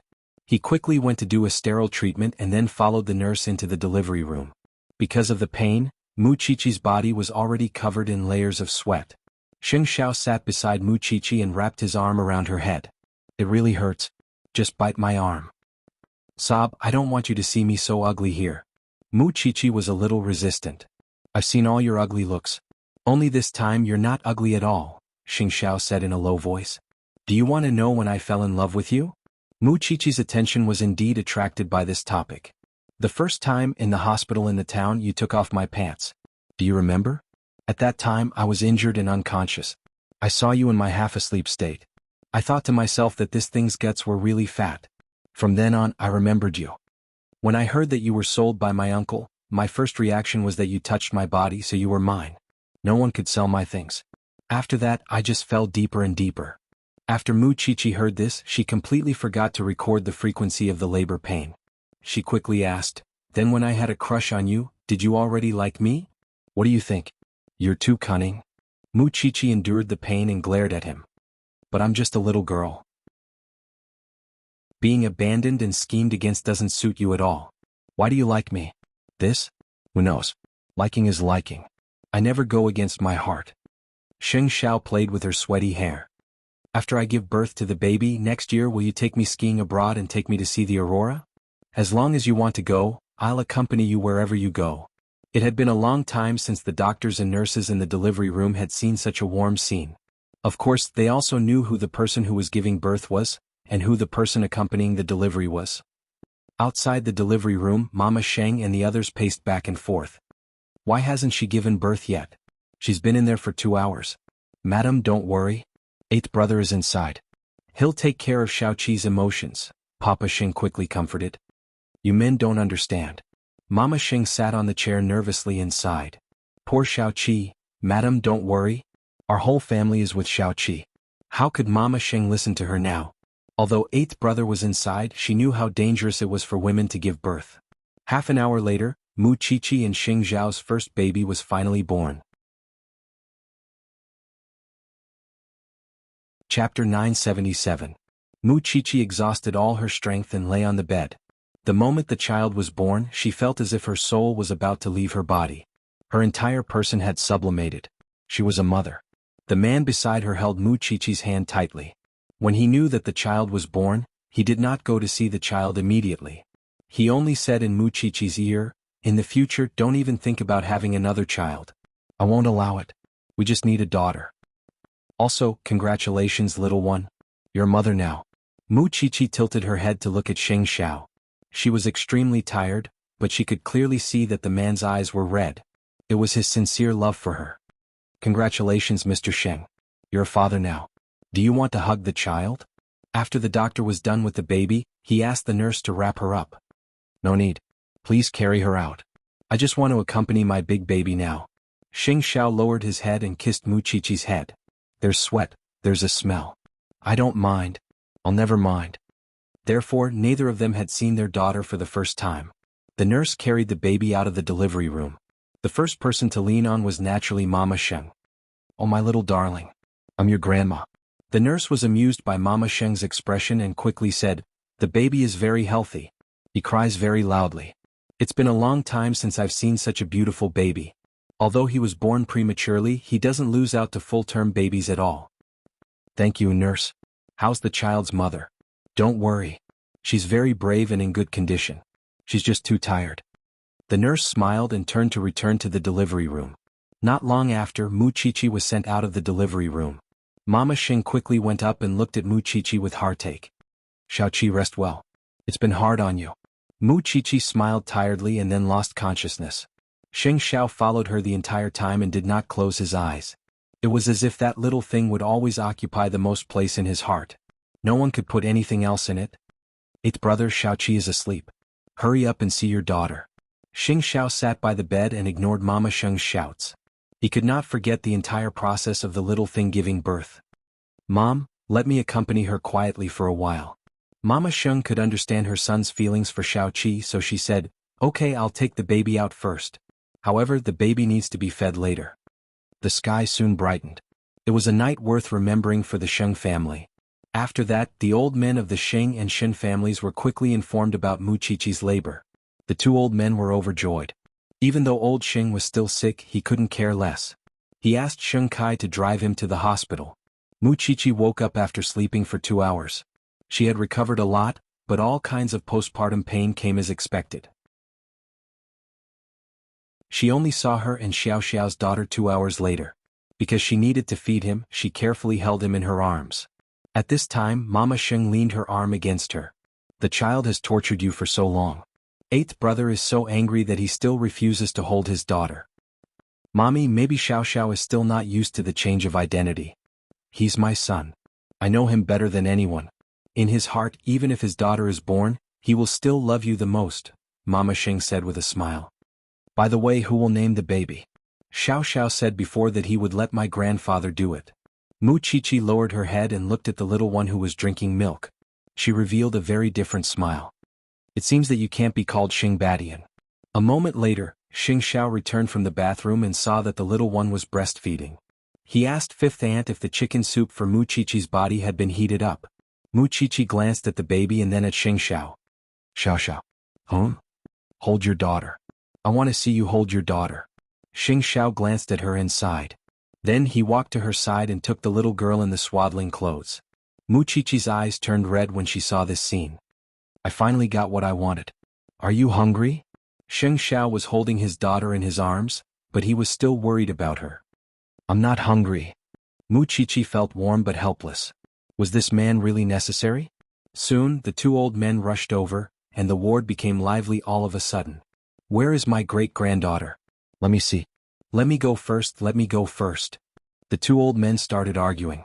At this moment, Mu Qiqi coughed softly. The group of people were naturally chased out of the ward. At the door of the room, Xin Jianchuan poked his head out.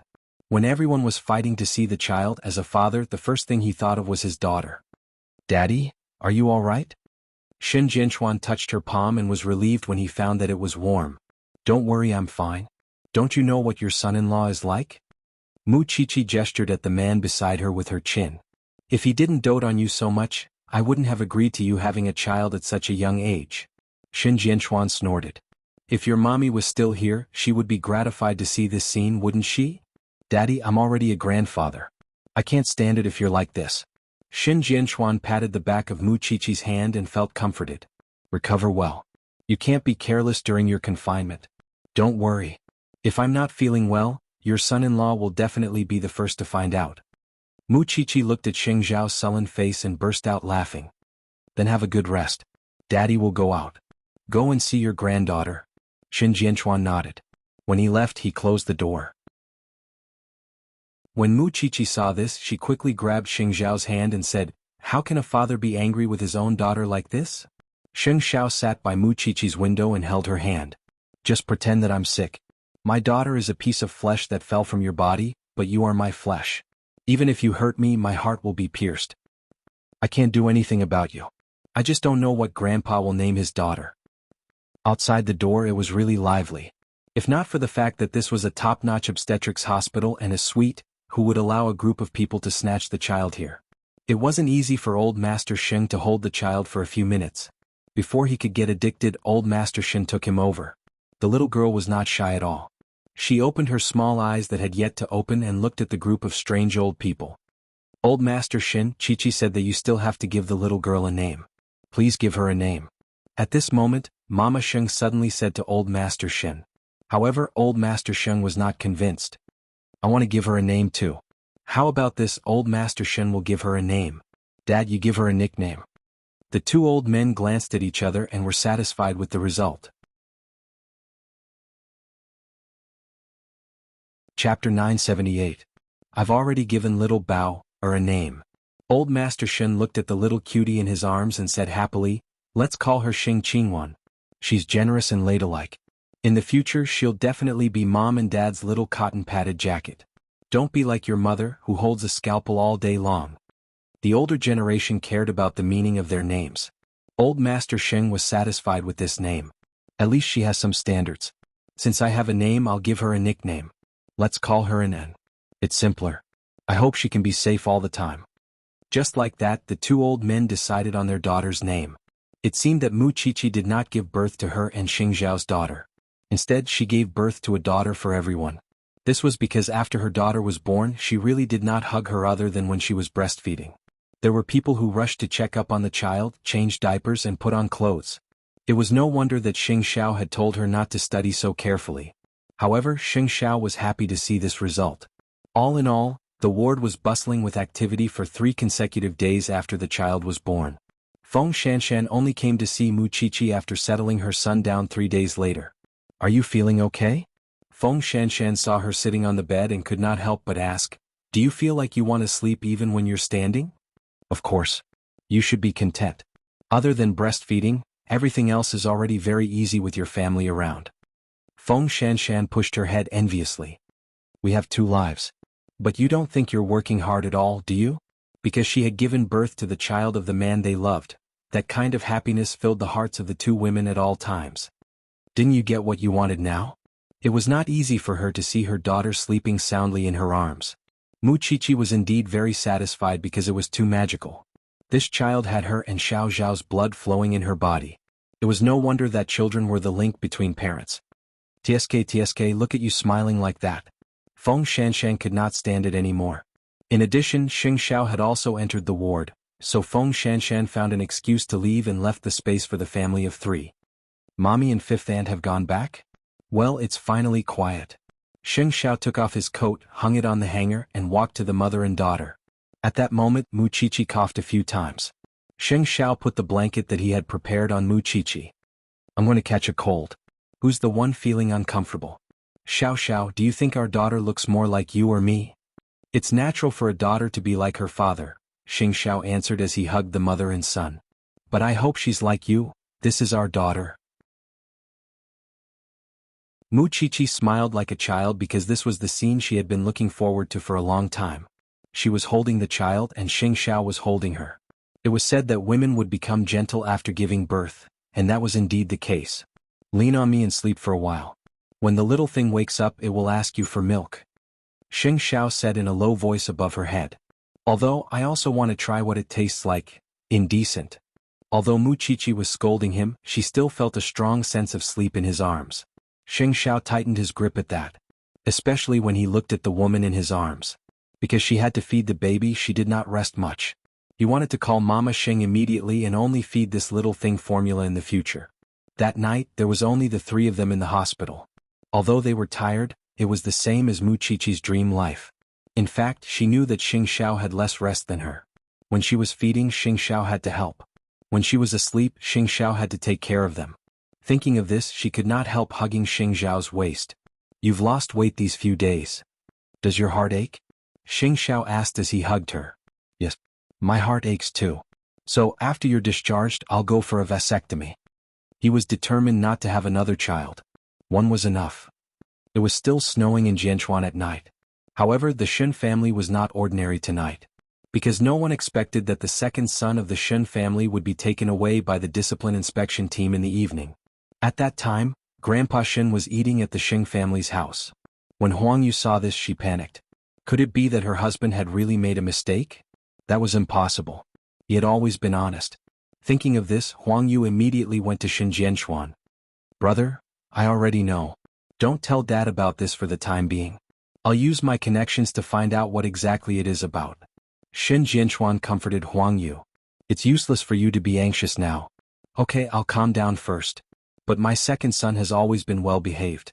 I don't believe he's that kind of person. Don't worry. I'll get to the bottom of it. So, after nightfall, Shen Jianchuan left the Shen family with his black hood on. Naturally, he believed in his brother. The other party must have known that Xiao Qi had given birth and eighth brother had no time to deal with it. That was why he chose such an opportunity to deal with the Shen family. He did not know how second brother had fallen into the other party's trap.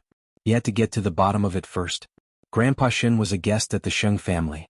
He had not received any news yet, but it would happen sooner or later. He hoped that it would not be too much of a shock to him. Thinking of this, Shen Jianchuan still gave Sheng Xiao a call. Xiao Qi, pay more attention to the safety of your mother and daughter. Your second uncle was taken away for questioning in the evening. I don't know what the Song family did. He's been taken away? It's been an hour. If something happens to second brother, someone from Zhongting might come to investigate. Be prepared. Don't worry about that. Zhongting can withstand any investigation. There was no financial relationship between Zhongting and the Shen family in the first place. Even if the outside world said that Zhongting had a close relationship with the Shen family, as long as Sheng Xiao and the Shen family knew the truth of it. However, did Song Jiang choose to settle the score at this time because he knew that he had just received a daughter and was ready to fight? That would be underestimating him too much. After that, Sheng Xiao gave Secretary He a call to understand the whole story. Sheng Xiao, it's best if you don't interfere in this matter. Someone behind the scenes wants to touch the Shen family, so they've found an unorthodox way. However, you don't have to worry too much. After all, we all know that the Shen family can withstand the test. Let's wait and see. I understand. If there's anything I can do to help, I hope Secretary He will let me know. I'll be very grateful. What are you talking about? What kind of friendship do we have? However, I heard that sister-in-law has given birth. The other party probably wants to take the opportunity to cause trouble. No matter what, I'll congratulate you on becoming a father. Thank you, Secretary He. Sheng Xiao put down his phone and looked at the mother and daughter who were still asleep. He turned around and looked out the window. This was the Song family's last battle, right? Because the Song family's funds could only support Song Jiang to this point. Chapter 979. The next morning Mayor Shin returned home. Huang Yu saw that he was tired, so she quickly pulled him back into the room and said, "Don't let Dad see you. He doesn't know that you were taken away last night." Mayor Shin nodded and returned to his room to sit down. He held his wife's hand and said, "I'm sorry to have made you worry. What exactly is going on? Second bro, you didn't really go and do those?" "No." Mayor Shin interrupted his wife. "Don't worry. Since they want to investigate, let them do it properly. The cause of this matter is that a few days ago on the way to the office, I saved a pair of mother and daughter. When I interrogated them last night, I found out that the mother and daughter's identity is not simple. Then someone deliberately set us up." Huang Yu became even more nervous when she heard this. This was the unorthodox way that secretary he had mentioned. Mayor Shin had saved people he shouldn't have saved and made arrangements that he shouldn't have. What were the implications and benefits involved? Of course, the higher-ups had to investigate clearly. "Don't worry. I'm not afraid. It's just that eighth brother might have to suffer a little. Eighth brother called last night and told us not to worry. Zhongting is doing a proper business. Why don't you stop doing it? Anyway, Shinlin is already sensible. We don't lack anything. There's no need for you to work so hard outside. If you're not careful and get set up like this, what will happen if we lose you in the family?" Huang Yu had always been straightforward. But this time she was really afraid. Her husband did not come back last night. She felt as if the sky had collapsed. Moreover, even if this kind of matter was investigated in the end, her reputation would be damaged. She would not be able to return to her original position. "Don't make such a big deal out of it. Things haven't reached that stage yet. I know who the people behind this are. I also have friends. They will do their best to help me. Don't worry. No matter what, big brother and eighth brother are still here." Huang Yu thought about it carefully. She knew that it was useless to worry, so she stood up and turned on the water for her husband. "Take a good bath first and rest." "No, I have to go out. Otherwise Dad will be suspicious. He will go to the hospital to see Xiaoqi later." "Don't worry." Mu Qiqi woke up in the morning and noticed Xing Zhao's unusual behavior. He had been accompanying her in the hospital for the past few days. Her father was in charge of Zhongting's matters. However, since midnight, Mu Qiqi had received more calls. Although she was very tired, she knew what she was doing. Therefore, when fifth aunt came over, Mu Qiqi said to Xing Xiao, "If Zhongting has something, go. I have so many people here. Are you afraid that you can't take care?" Xing Xiao put down the bowl of chicken soup and sat down beside Mu Qiqi. "I'm just afraid that they'll ignore your feelings. I'm not as weak as you think. I know I'm the one you love the most. Go, okay." Xing Xiao sighed. While fifth aunt was packing the baby's things, he said to Mu Qiqi, "Something happened to the Shin family. Second uncle was taken away last night because the Song family set up a trap. Things are very tricky now. Although second uncle was sent back, he is currently suspended." When Mu Qiqi heard this, she immediately became nervous. "So, the old man from the Song family took advantage of you being too busy to deal with him and being careless to attack second uncle? Second uncle is loyal and straightforward, so it's easy for others to take advantage of his weakness. Song Jiang, that old fox, is cunning. No wonder he fell into his trap. I'm not telling you this to make you worry. Everything the Shin family and I have done is to protect you.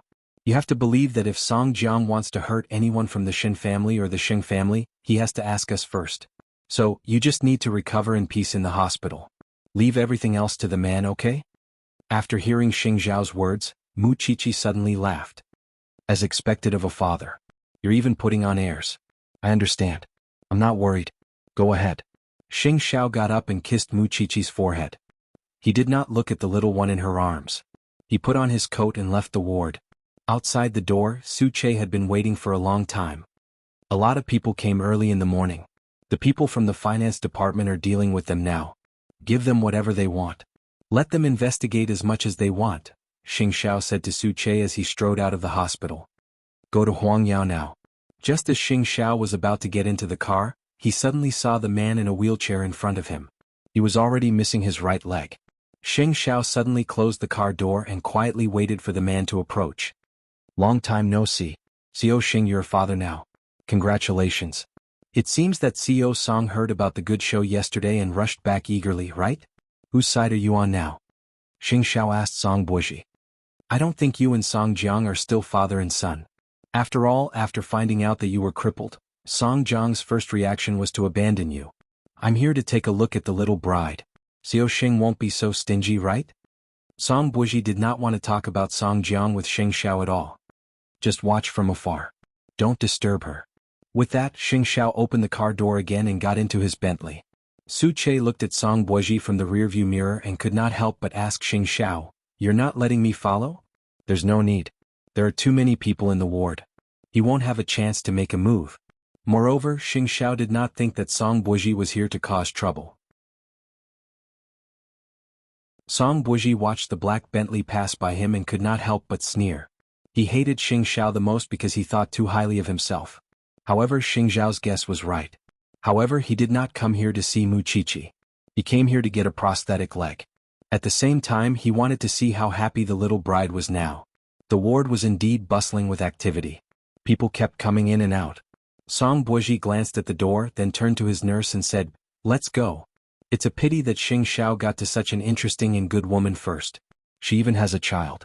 If I met her first, Xing Xiao would have nothing to do with it. Since Mr. Song likes her, why don't you snatch her? A young woman is more attractive." "What do you know?" Song Buji shook his head. "I can be ruthless to everyone and do some despicable things. Only the little bride looks the best when she smiles. In a man's life there had to be a special woman. He couldn't get her, but he couldn't let her go. No one else would understand that feeling. It was good that he understood it. The person I want to settle the score with is that old thing, Song Jiang. I only found out a few days ago that that old thing has a son.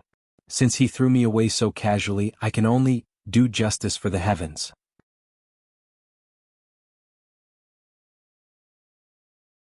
Chapter 980. Xing Xiao went to Huang Yao. Because the Sheng and Shin families were old friends, their relationship had been very harmonious for the past few years. It was inevitable that they would be affected. However, the Sheng family in Huang Yao had been properly dealt with by Sheng Kai. Even if Xing Xiao went over, there was nothing much he could do. "Since you've done so well, I have nothing to worry about. Let's go." Xing Xiao put on his brown coat and black gloves. He was about to leave with Su Che. However, Xing Kai caught up to him and said, "Eighth brother, just take good care of the Shin family. Leave the Sheng family to me." "Of course I'll leave it to you. Don't forget, I've already married into the Shin family." With that, the corners of Xing Xiao's lips curled up. There was a hint of relief in his smile. He could leave Huang Yao with peace of mind, a brand new Huang Yao. Now that the enemy was in front of them, it was fortunate that the Sheng family was no longer in a state of disunity. As long as the family was united, it would be easy for them to overcome the difficulties. However, the matter did not hide it from old Master Shin for long. After all, he also had friends. When his old friends called him out of concern, he naturally knew that something had happened to second brother last night, but no one in the family told him. Thinking of this, old Master Shin returned home from the hospital and asked Huang Yu, "Where's your husband?" Huang Yu did not know that old Master Shin would be back so soon, so she stammered and could not answer. "Why didn't you tell me that something so big had happened?" Huang Yu was shocked. She knew that she could not hide it anymore, so she explained, "We were afraid that you would be worried. Call boss immediately and ask eighth brother to come over." Old Master Shin snorted angrily with his hands behind his back. "I'm not a persimmon. I'll go soft if someone pinches me." Huang Yu quickly did as she was told. After answering Shin Jianchuan's call, she called Xing Xiao and finally went to the room to wake her husband up. Then the whole family of men held a meeting in the Shin family's living room. "Dad, it's my fault. I didn't do it well and let you down." "What did you do wrong? You want to apologize to me? You just saved someone. There's no need." The mother and daughter that Mayor Shin saved were economic criminals who were on the run. At that time they were beaten up by a man on the street and no one went up to help.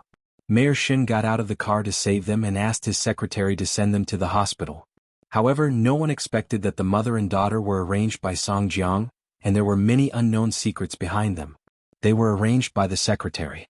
If the police couldn't catch them, they would definitely think that they were involved or even accomplices. Old Master Shin sat on the chair and replied forcefully, "I should have expected that scumbag Song Jiang would choose this time to make his move. In the end, it's a grudge from more than 20 years ago. I should have settled it a long time ago. Second brother, your identity is very important right now. It's not convenient for you to go out. You should stay at home and wait for the investigation. Boss, although I know you don't want me to negotiate with Song Jiang, I want to meet Song Jiang about this matter. I want to see that old bastard's face. After all, the person he hates the most is me." As for eighth brother, You've already been a shield for the Shen family many times. Don't charge into the fray anymore. You're also a father now. Above you there's Jianchuan and me. I'm just old but I'm not stupid. There's no need for you to leave me out of everything. Jianchuan, come out with me. These old bones haven't moved for too long. It's time for me to go out and meet my old friends. Shin Jianchuan understood what the old man meant. The higher-ups knew about what happened 25 years ago. Because of this matter, the Shen family was now in a state of chaos. At the end of the day, it wasn't that the old man couldn't handle such a small matter. It was just that Song Jiang's methods were too despicable and shameless. But no matter what, second brother had already suffered a loss in this matter. After the matter is investigated, second brother, you should make your own plans. Dad, you don't have to worry about me. I have a clear conscience. Mayor Shin didn't care about a villain at all. I don't regret the decision I made 25 years ago. I only regret that I didn't deal with that scumbag Song Jiang at the same time. That's why so many innocent lives were harmed. What a sin! Since the old man had come forward, Huang Yu's heart that was hanging in midair was no longer worried. She didn't care what her husband would do in the future. Since he was already at this age, why not retire and enjoy his blessings? However, to clear Mayor Shin's name, he had to start with the mother and daughter. Why couldn't the police find them? It was because Song Jiang had hidden himself. Of course, he had to let the professionals do it. Therefore, after leaving the Shin family, Xing Xiao called Tang Yan. He was no longer in charge of the front lines because he was now the deputy chief of the branch office. I wonder if Deputy Chief Tang has time to follow up on Song Jiang's case for the last time? Xing Xiao sat in the car, but his gaze was on the entrance of the branch office next to him. I got the news, Tang Yan answered Xing Xiao directly. He didn't beat around the bush. Publicly, Bai Sini's case hasn't been solved, so of course I'm concerned. Privately, I'm the Shin family's godson-in-law. I can't just stand by and do nothing when something happens to the Shin family. I know what you're looking for. I've already collected basic information about the mother and daughter. As long as they're in Jianchuan, they'll definitely be found. In terms of ability to find people, I trust you in all of Jianchuan. Sheng Zhao's affirmation was extremely useful to Tang Yan. Therefore, he smiled and only said 4 words, "Wait for my news." The mother and daughter were the source of everything. They were also the key to sending Song Jiang to hell. After hanging up the phone, Tang Yan called Lin Mu, a trainee policeman, into his office. I have an errand for you. Please give me your instructions, Deputy Chief. Lin Mu, was very convinced by Tang Yan. After all, his name was well known in the police world. Take a look for yourself. Tang Yan handed the information to Lin Mu. You're a newcomer. No one will notice you if you go out. I'll give you 1 day. If you make a breakthrough, I'll consider you qualified. Yes, sir. Lin Mu, took the information and left Tang Yan's office. This was his first test as a trainee policeman. Tang Yan had given him the task of finding someone. Of course, when he was doing this, Tang Yan had already asked the chief. Back then, Bai Sini's cases had almost caused Old Cheng to lose his life. He still owed Old Cheng an explanation. The chief knew that he couldn't let it go, so he only gave him 3 days. Therefore, while Lin Mu went out to look for information, Tang Yan would personally disguise himself. After all, he had promised Xing Xiao that he would give him news as soon as possible. Song Jiang's time was up. However, it was unknown whether he would die in the hands of Xing Xiao and the others or his own son.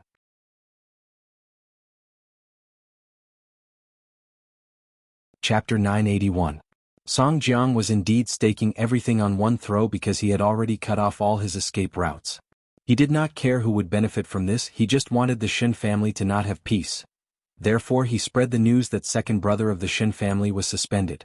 Over the last few years, the Shin family and Zhongting had been relying on each other and flourishing in Jianchuan. Now that the Shin family was suddenly being investigated, wouldn't Zhongting be next? The outside world was discussing spiritedly, and the matter of the Shen family was spread to the ears. And in such a situation, no matter what the Shen family did, it would be magnified infinitely, and even people would casually spread rumors. How many mistresses did second brother Shen have? How many villas did he have? When these people spread the rumor, they even knew to add pictures.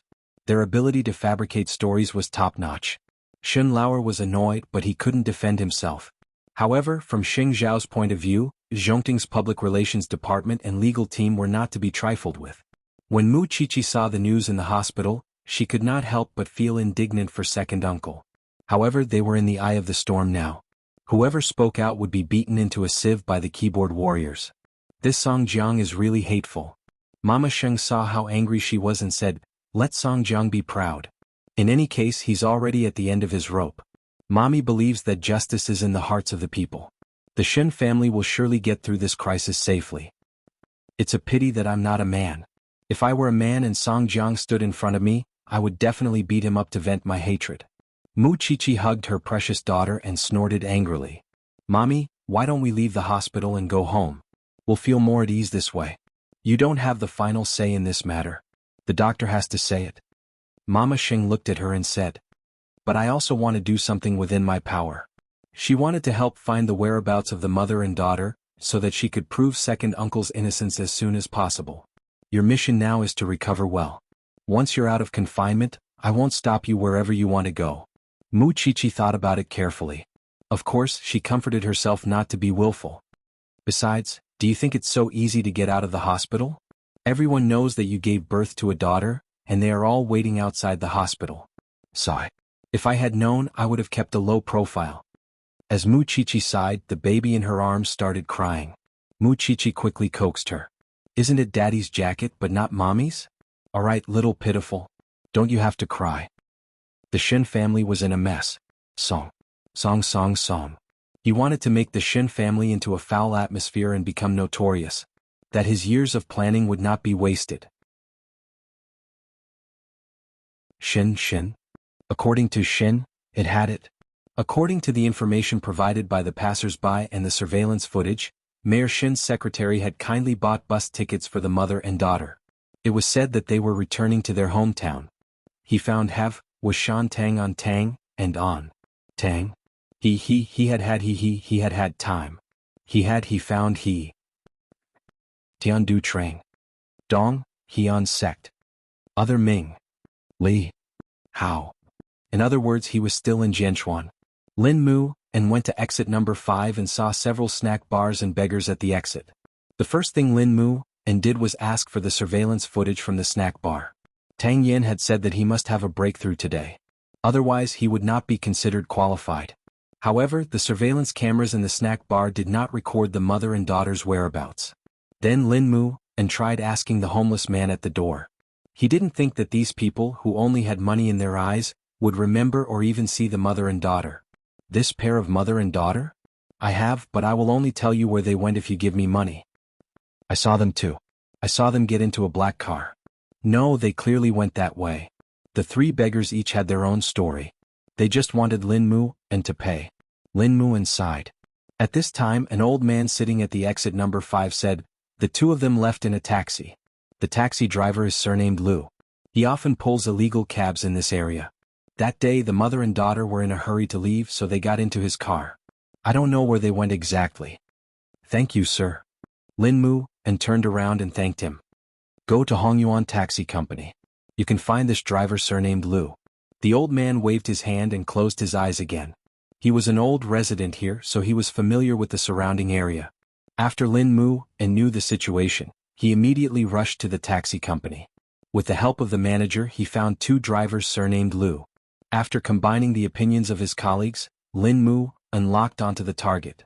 Only God knew how much effort he had put in to get to this point. By the time he found the driver surnamed Lu, it was already evening. It was snowing in the sky of Jianchuan. It's not easy to find you. Lin Mu forced himself into the driver's car and took out his ID to catch his breath. When the driver saw that it was a police officer, he was a little nervous. Officer, I didn't do anything wrong. Don't arrest the wrong person. Then tell me one thing first. Have you seen this mother and daughter in the photo? Lin Mu took out the photo and asked the driver. The driver took a few glances and scratched his head. I think I've seen them. I even quarreled with this woman. Yes, it's this B*TC. She got out of the car in a hurry to reincarnate and didn't even give me enough money. Where did she go? A residential area on Changwon Road called Tianhiyuan. What else? Lin Mu continued to ask, if you missed anything about you driving an illegal cab, don't, officer. After sending the mother and daughter to their destination that day, the woman got out of the car with the little girl. I saw that she didn't give me enough money, so I immediately drove after them. Who knew that there would be 2 strong men behind her? They entered the gate of the residential area together. I was afraid of getting into trouble, so I didn't get out of the car. In other words, the mother and daughter were now hiding in Tianhe-Yuan. I've remembered you and your license plate. If you dare to lie, I'll... The driver quickly waved his hands and begged for mercy. Officer, I'm just a small driver. You don't have to be angry with me. Lin Mu, and let out a breath and finally let the driver go. He got out of the taxi. Then he stood by the street and called Tang Yan. Deputy Chief, I found out that they're in Tianhe-Yuan. They're not in Tianhe-Yuan, Tang Yan immediately replied on the other end of the phone. How do you know? Logically speaking, if you can follow the clues to Tianhe-Yuan, then the other party will also know that they left something on you. So, going to Tianhe-Yuan is just for show, but the destination is definitely not there, Tang Yan replied. So, the information I found is useless, right?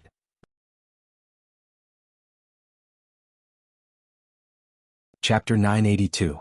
Of course it's useful because the person must be nearby. If the other party didn't have any other plans, he could have sent them out of the country directly. That way no one would be able to find them. However, the other party left 2 witnesses in Jianchuan. In other words, there's a next step. Also, if the matter blows up, the mother and daughter will be on the news and become the focus of everyone's discussion. Living in a place with a complicated environment will definitely attract attention, and it's not convenient to move. So, which area is suitable for hiding and is not easy to find? Pay attention to it. Lastly, you have to pay more attention to the little girls nearby, especially those who come out to play alone. After listening to Tang Yan's words, Lin Mu deeply felt that he still had a long way to go. With his current level of martial arts, he was really a 3-legged cat. Then did I not complete the first task you gave me? It's already not bad. Tang Yan said sincerely, because you have to know that the mother and daughter you're looking for are being hidden by a murderer who created a murder case and has yet to be solved. It's getting cold. Find a place to rest and pay attention to your own safety. Understood, Deputy Director. Thinking about it, Lin Mu was a real young master. Even though he was now an intern police officer, he was still the grandson of the Lin family. Tang Yan knew that with the power of the Lin family, Lin Mu did not need to suffer for many years like him. As long as Lin Mu was willing to suffer for the first 3 years, it was only a matter of time before he was promoted. Fortunately, Lin Mu was indeed down to earth. He didn't look like a young master at all. In order to find the mother and daughter as soon as possible, Tang Yan immediately asked Old Cheng to check all the surrounding buildings and analyze the residential buildings where people could hide. In the end, he locked onto a high-end residential area 3 streets away from Tianhe-Yuan. Then Tang Yan called Xing Xiao. I have news, but I need manpower. How much? Xing Xiao did not expect Tang Yan to be so quick. For at least half of Su Che's skills and quick thinking. I'll give you my contact number in half an hour. If the mother and daughter were really in a high-class residential area, then they would definitely be protected, and the residential area would also be monitored. Therefore, Tang Yan wanted to alert the enemy and cooperate with Lin Mu, and to enter the neighborhood to confirm. Song Jiang did not know that Xing Xiao and the others had already found the approximate location of the mother and daughter's hiding place. He was now enjoying the pleasure of ruining the reputation of the Shen family. However, this feeling did not last long. Very soon the officials came out to refute the rumors. All the rumors about the Shen family were false. He also hoped that the netizens could make good use of the internet environment and not be biased. This was equivalent to someone suddenly grabbing onto Song Jiang's sweet spot when he was having a good time. Soon, all the keywords on the internet were withdrawn and could no longer be searched. Song Jiang was very angry. However, even so, the Shen family's image was no longer what it used to be. Don't worry, I still have a second shot. Just as Song Jiang was feeling smug, an uninvited guest came to the door. Song Jiang never expected that his son, who had been missing for more than a month, would suddenly return in a wheelchair.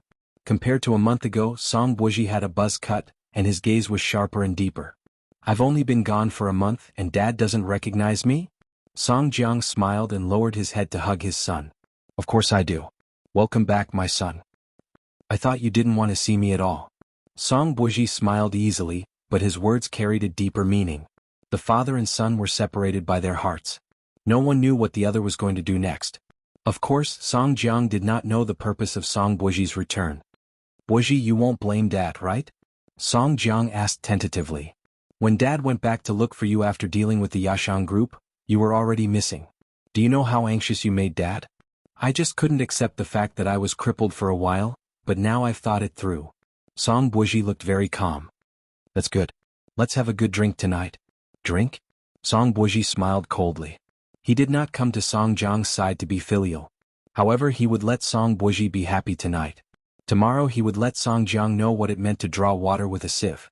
The winter night was so long. Lin Mu and found a place to lie down for half an hour. Then he met up with the 4 men Tang Yen had found. The few of them had to make a plan tonight and settle the property in the neighborhood. Tomorrow they would be able to confirm if the mother and daughter were really hiding here. Late at night at the hospital. This was the first time Lu Qianqian had called Mu Qiqi after she gave birth. There were a few apologies on the phone because she had been very busy recently. Qiqi, I'll definitely come to see my goddaughter tomorrow. You won't blame me, right? I don't even remember who you are. Mu Qiqi hugged her daughter and couldn't help but laugh at her. Lin Mu, and has already gone to the branch office for an internship. Just take pity on me. He just called me and said that he won't be coming home tonight. He's only interning for a few days and he's already not going home. Then you'll have to get used to it in the next few years, Mu Qiqi said honestly. He's about to become a real police officer. It's common for him to go out in the middle of the night and not go home for a few days. I regret supporting him now, Lu Qianqian couldn't help but complain. Lu Qianqian couldn't help but complain. I thought that since he moved home from the police academy, we would be able to spend more time together. Let's not talk about this. Tomorrow I'll go over and see who my goddaughter looks like. Logically speaking, Tang Yen shouldn't have given Lin Mu a big task during his internship, nor should he have stayed home all night. However, Xing Xiao came and gave her an answer. Tang Yen asked Lin Mu to find the mother and daughter's whereabouts. It seems that the deputy chief has the intention of grooming Lin Mu. Have you found the mother and daughter? Soon. Xing Xiao took over the task of carrying his daughter so that Mu Qiqi could rest. Does Song Jiang think that by discrediting the Shen family he's taking revenge on them? Although Grandpa does care about reputation, he cares more about whether the family can be together. And Xiao Xiao, aren't you curious where Song Buji went? I have a feeling that this person will come out and slap his father in the face. Xing Xiao suddenly looked up at Mu Qiqi. This person's sixth sense could be patented. I saw Song Buji yesterday. He's at the hospital. Ha! Mu Qiqi was puzzled. He came to cause trouble for you? He said that he wanted to see you, Xing Xiao said truthfully. Is there something wrong with him? Why is he looking at me? Mu Qiqi pointed at herself and laughed because it was really funny. He likes you. Mu Qiqi was speechless. How do you know? The look in the eyes of males. Xing Xiao snorted confidently.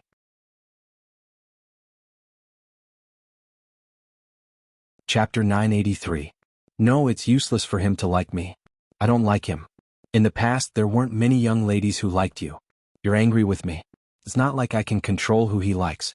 Xing Xiao took the opportunity to pinch her face. Don't smile at other men in the future. It's scary when a man's vinegar jar is overturned. Mu Qiqi ignored him. After her daughter fell asleep, she asked, How has Grandpa been feeling these 2 days?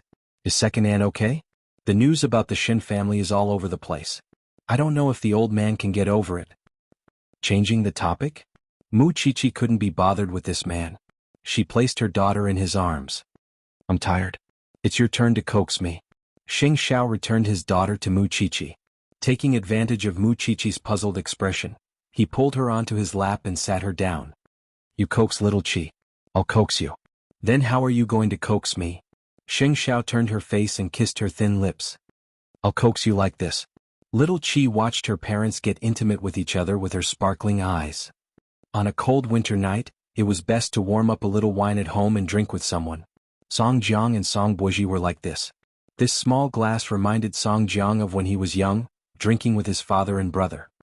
When I see the Shen family disband, I'll go to their graves and have a few drinks with them. Song Buji held his wine glass and looked at his father. He remained sober. Do you think the Shen family will disband? At the very least, they'll have to live like rats on the street in the future. Song Buji still smiled and clinked his glass with Song Jiang. That's indeed worth celebrating. Just as the father and son were drinking, the second son of the Shen family was taken away for questioning again. Moreover, he was taken away in front of old Master Shen because there had been new developments in the case. The secretary had been found to have a problem. Although the secretary had repeatedly assured the higher-ups that this was his personal problem and had nothing to do with the second son of the Shen family, the second son still had to face a detailed interrogation. At this time you couldn't make the slightest mistake. Otherwise all the past would be dug out and you would be questioned. Dad, think of something. Huang Yu panicked. She didn't know if her husband would be tortured and extorted a confession from her husband.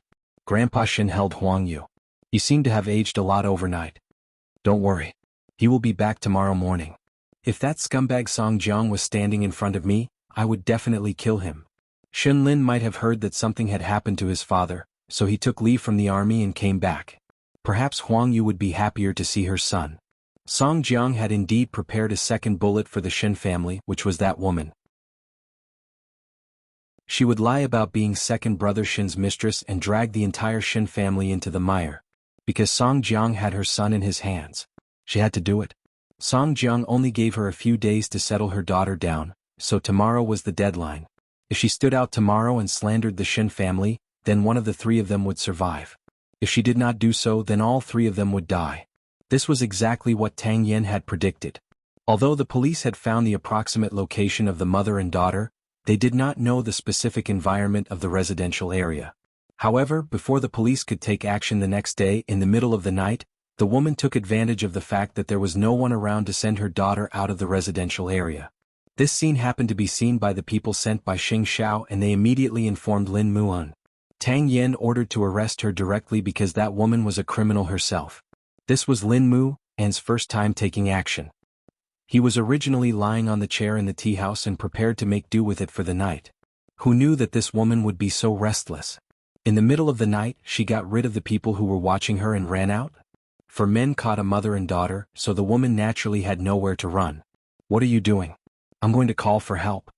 Lin Muan looked at the mother and daughter in the corner and quickly took out his identification. Police. Then the mother and daughter were brought back to the police station by Lin Muan. This was probably what they called wearing out iron shoes in vain. Tang Yen thought that it would take some effort, but who knew that Lin Muan would be so lucky? Wasn't a hungry wolf waiting to be caught? So Tang Yen planned to interrogate the woman at night. Lin Muan wanted to learn, so he took the initiative to stay and do odd jobs for Tang Yen. In the interrogation room, the woman was handcuffed and sitting in front of the table. Her eyes were dull. When Tang Yen came in, she suddenly stood up and wanted to pounce on him. What did you do to my daughter? We are the police. What do you think we will do to your daughter? Tang Yen asked.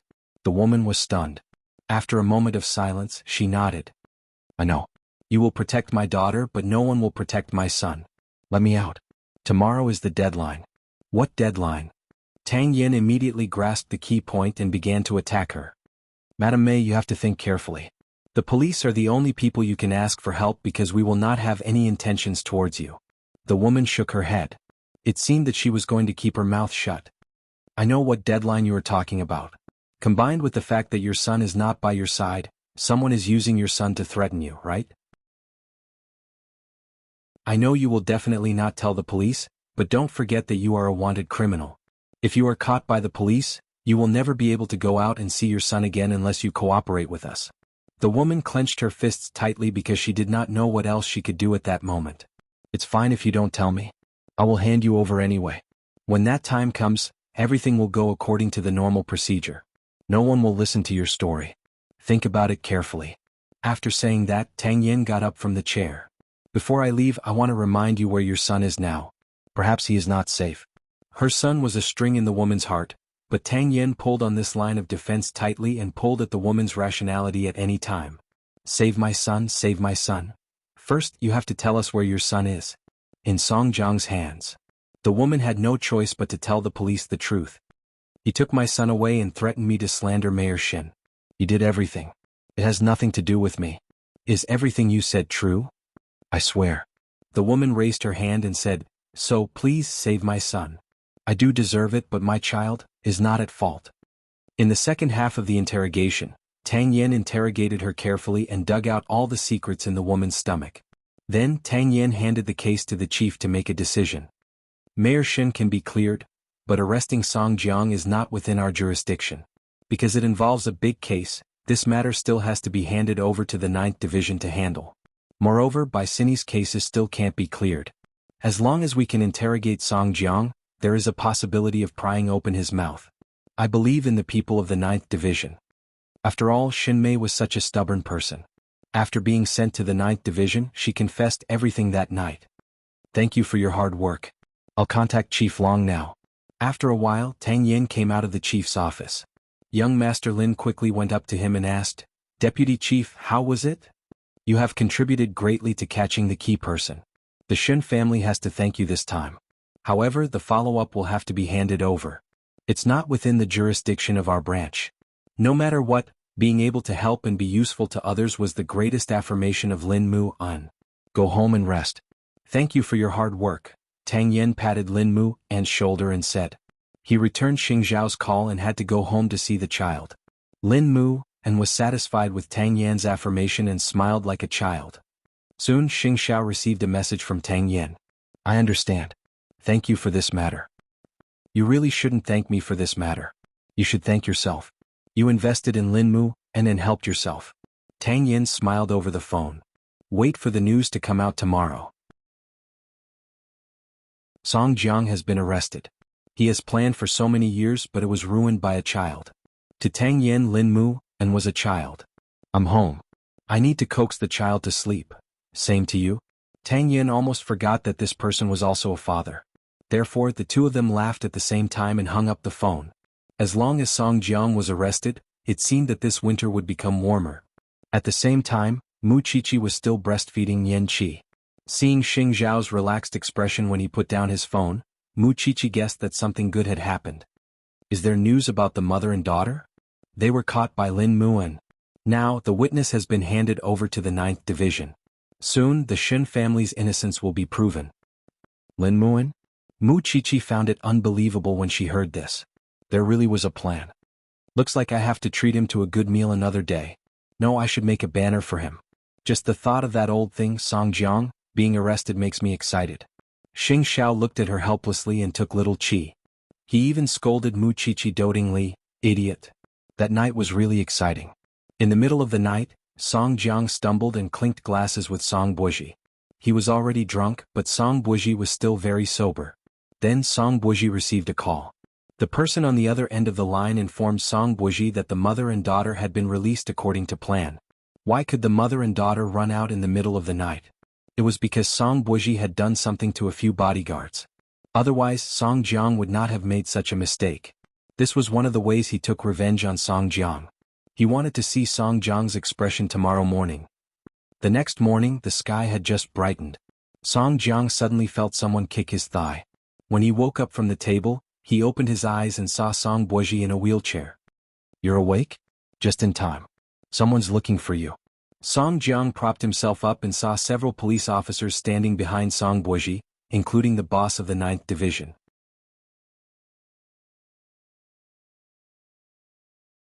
Chapter 984.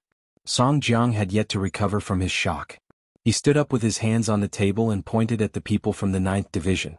Are you here to protect us again? Don't you have anything else to do?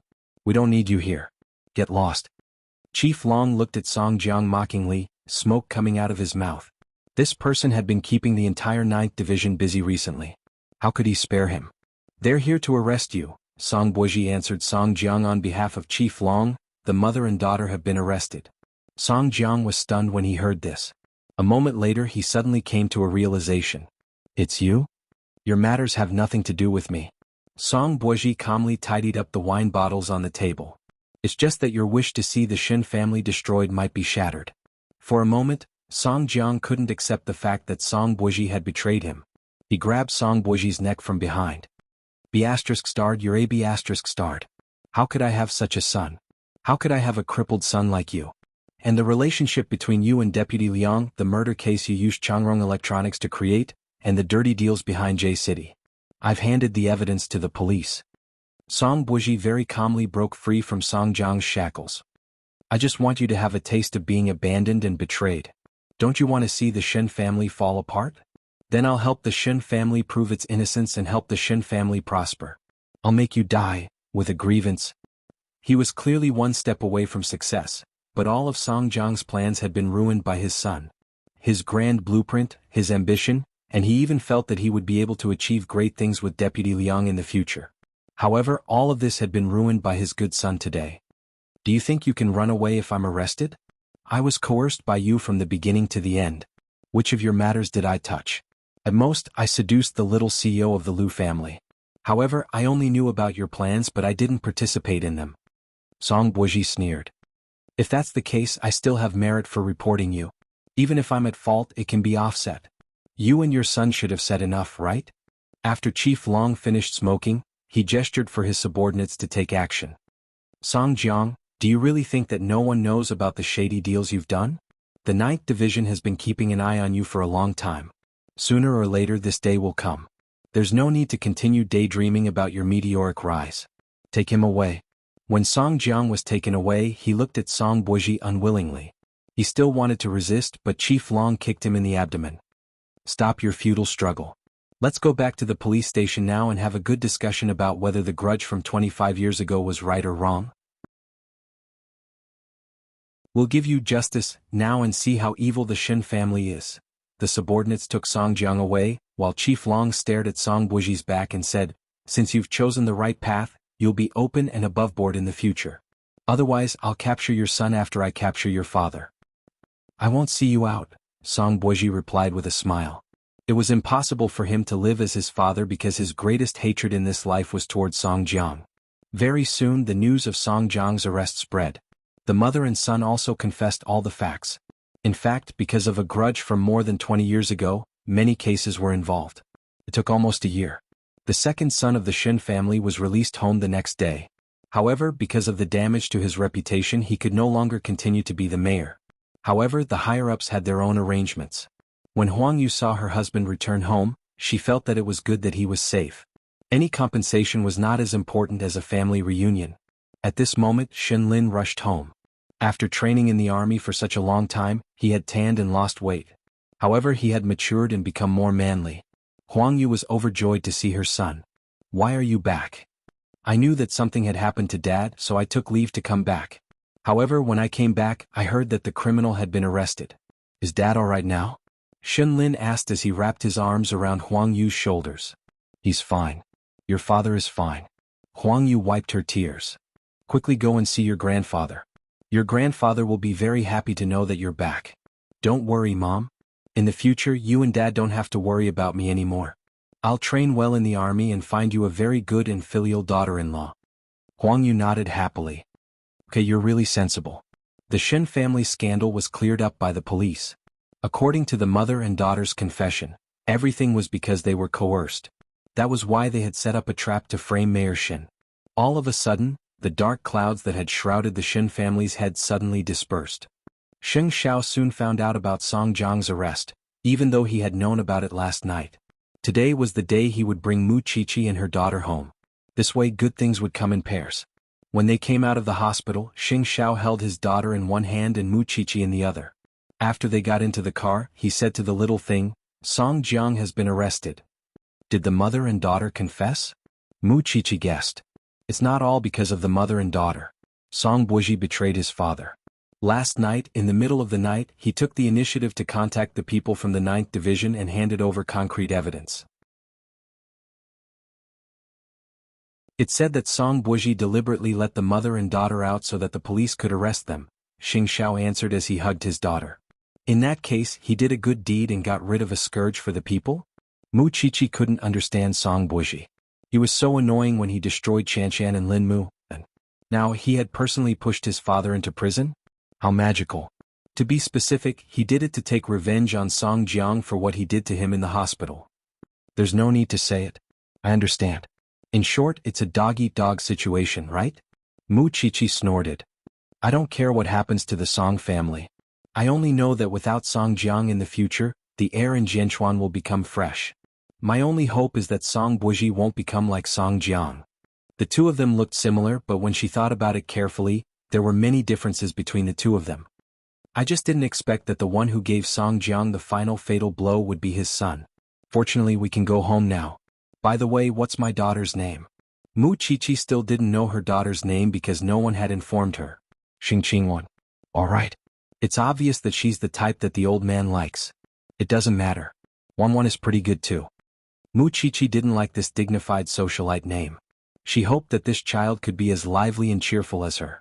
Xing Xiao knew that she wouldn't like it, so he kissed her head and said, "If you don't like it, can't you just call her little Qi? Can you be so casual? She's Xing Xiao's daughter." Mu Qiqi pointed at the baby in the swaddling clothes and asked with a bitter smile, "Besides, didn't your grandfather give her a nickname? What's her name?" And then Mu Qiqi was speechless. After a moment of silence, Mu Qiqi suddenly touched her nose and said, "Then let's call her little Qi. However, we can only call her that in private. Otherwise that old man will be angry." Xing Xiao was quite satisfied with his wife and daughter.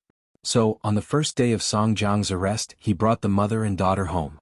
In the interrogation room of the 9th Division, there was a musty smell. Song Jiang knew that this was not an ordinary police station. Chief Long entered the interrogation room with the file. He looked at Song Jiang and sat down in front of the interrogation table. "Song Jiang, did you know that on the night Xin Mei came in she spat out all the secrets in her stomach?" "I heard." Song Jiang snorted coldly. "So, how long do you plan to hold on? Let me make it clear first. Your son has already explained everything that needs to be explained. Your dens in J City and your 2 assistants have also been arrested. We are also doing our best to arrest the murderers of Bicini's suicide cases. Of course, your good friend Deputy Liang has also been taken away. Do you have anything else to add?" Chief Long asked with narrowed eyes. "Since you already know, what else is there to ask?" Song Jiang asked sarcastically. "Song Jiang, you probably don't know where you've come in." Chief Long shouted sternly. "Let me tell you, as long as the 9th Division wants to, I can make you beg for death. I know you've been brooding over the case from more than 20 years ago, but let me tell you, Song Jiang, not everyone in this world is like the Song family. They can betray their compatriots and their country for benefits. I don't think the Song family deserves to die. They should have died a long time ago. A family of sinners that have been through the ages still has the face to come back for revenge 20 years later?" As lowly as an ant. After saying the last 4 words, Chief Long stood up. "I get angry when I see you. You wasted so much of my time. Get someone else." The meaning behind his words was different. It all depended on how long Song Jiang could hold on. Interrogating Song Jiang would take time, but what was certain was that Song Jiang would no longer be able to come out and do evil. However, what Chief Long did not expect was that old Master Shen would use his connections to look for him, hoping to meet Song Jiang. From the standpoint of the Shen family, it was true that Song Jiang had made Jianchuan a mess just to settle the score with the Shen family. The Shen family was naturally aggrieved. "Let old Master Shen come in. Arrange for Song Jiang to be in a clean visiting room. Don't dirty old Master Shen's eyes," Chief Long instructed his subordinates. Shen Jianchuan was also accompanying Grandpa Shen. However, when they arrived at the visiting room, Shen Jianchuan did not accompany the old man in. "Old Chief, I only have 3 minutes." Old Master Shen nodded. He would never make things difficult for others. However, before Song Jiang was executed, he had to let Song Jiang die in peace no matter what. Song Jiang didn't seem surprised to see the old man. "I knew you would appear. After all, the Shen family is so shameless. I'm here today to let you die in peace. Why was your Song family destroyed back then?" Old Master Shen sat on the chair and said to Song Jiang, "There are a few details that you don't seem to know."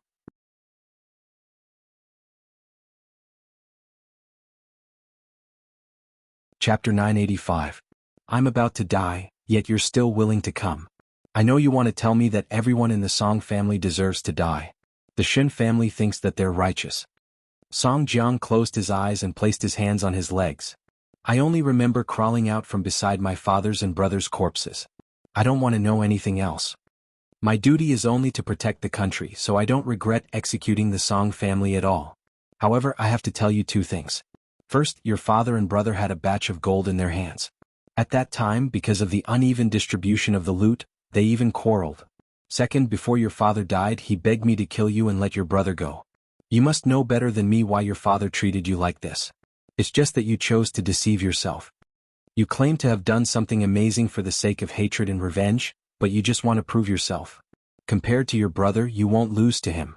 Do you really hate the Shen family? Isn't your father the one you hate more?" Song Jiang listened calmly with his eyes closed, as if what old Master Shen said was nonsense. However, the soft flesh deep in his heart was pinched in someone's hand. Song Jiang felt as if his heart had suddenly been torn open by someone. "The winner takes all. You can say whatever you want now." Song Jiang shrugged. "You should be very happy that I was defeated by my own son. You can destroy me without any effort. But let me tell you, old man Shin, I'm not dead yet. Even if I die, I won't let the Shin family off. Your father doesn't care about you. He left all the good things to your brother and gave the woman you like to your brother. You're indignant and unwilling. Why do all the good things belong to your brother? So, on the surface you're avenging your family, but in fact you're indifferent to family love. You don't trust anyone. You even used your daughter and treated your son as a tool because you didn't get your father's true love since you were young. Shut up. Song Jiang couldn't take it anymore and shouted. Why doesn't your father like you? If it were me, I wouldn't like you either. Some people are born to be unable to do great things. Look at you now. Aren't you here? Old Master Shin ignored Song Jiang's emotions and continued to provoke him. And most importantly, you're going to die. You think you can bring honor to your ancestors and hold your head high in front of your father in the future, but you still can't escape the fate of being executed. I told you to shut up, you old thing. Song Jiang was completely enraged. He stood up from the chair, but he couldn't reach old Master Shin. If I were you, I wouldn't even want to be a ghost. After all, if I go down and see people, I'll be embarrassed. After saying that, Grandpa Shin put on his hood and left the visiting room. He wanted to directly destroy Song Jiang's heart so that Song Jiang would have no desire to struggle. He wanted Song Jiang to recognize how ugly he was. Whether he lived or died, it was of no value to him. Shin to old, Shin to old, to Shin to Shin to Shin to old, to Shin to Shin to he. Of course, with Shin Jianchuan. When the old man came out, Chief Long said to the two of them, I used to think that physical torture was the best way to make a person speak. Only now do I realize how terrifying it is to destroy the heart. One could tell from Song Jiang's pained and crazy expression. He could endure the pain, but the entanglement and pain in his heart was like a blunt knife. It couldn't kill him in one strike, but it would grind against his flesh. I didn't expect the grudge from so many years ago to lead to so many cases. I'm also guilty. Old Shin, don't say that, Chief Long replied immediately. Interrogate Song Jiang properly. Don't let those innocent lives die in vain. With that, Old Master Shin and Shin Jianchuan left the 9th Division together. The sky outside was gloomy and cold. Grandpa Shin looked up at the sky and suddenly felt a little helpless. Dad, let's go home. Our family is reunited. Grandpa Shin nodded. Soon, the father and son disappeared from the entrance of the 9th Division. According to Tang Yen, that night, Song Jiang confessed everything, including how he pretended to commit suicide and created the murders of those girls. In fact, he was using Changrong to recruit young girls. Then, in order to rope in power, he gave those young and beautiful girls to powerful people as gifts. When those girls were out of control, or rather they were tired of being played with by the other party, a suicide case could cover up everything. Although Tang Yen and the others had long known that this would be the result, they still found it unbelievable when they heard Song Jiang say it. Human lives were toys and weapons in his hands. Even Song Buji and Song Qiaoji couldn't escape misfortune. After that, he also confessed to a few cases he had committed abroad, such as forcing Song Qiaoji's fiancée to death. All in all, the 9 rounds that night were quite fruitful. Old Qing heard the news from Tang Yen at the branch office. He had gotten his revenge, but he didn't feel happy at all. This was because there were at least 10 lives in Song Jiang's hands. How many families were there? As police officers, they guarded the lights of thousands of families, but someone like Song Jiang could easily destroy so many reunions. This kind of person should be shot 10 times. The court knows how to sentence him, Tang Yen replied. Where's Song Buji? I don't believe he's innocent. Of course, Song Buji wasn't innocent, but when he went to the 9th Division to make an exchange with Chief Long, he had made the conditions clear. He could give Song Jiang all the evidence of his crimes, but Chief Long had to promise to keep him free.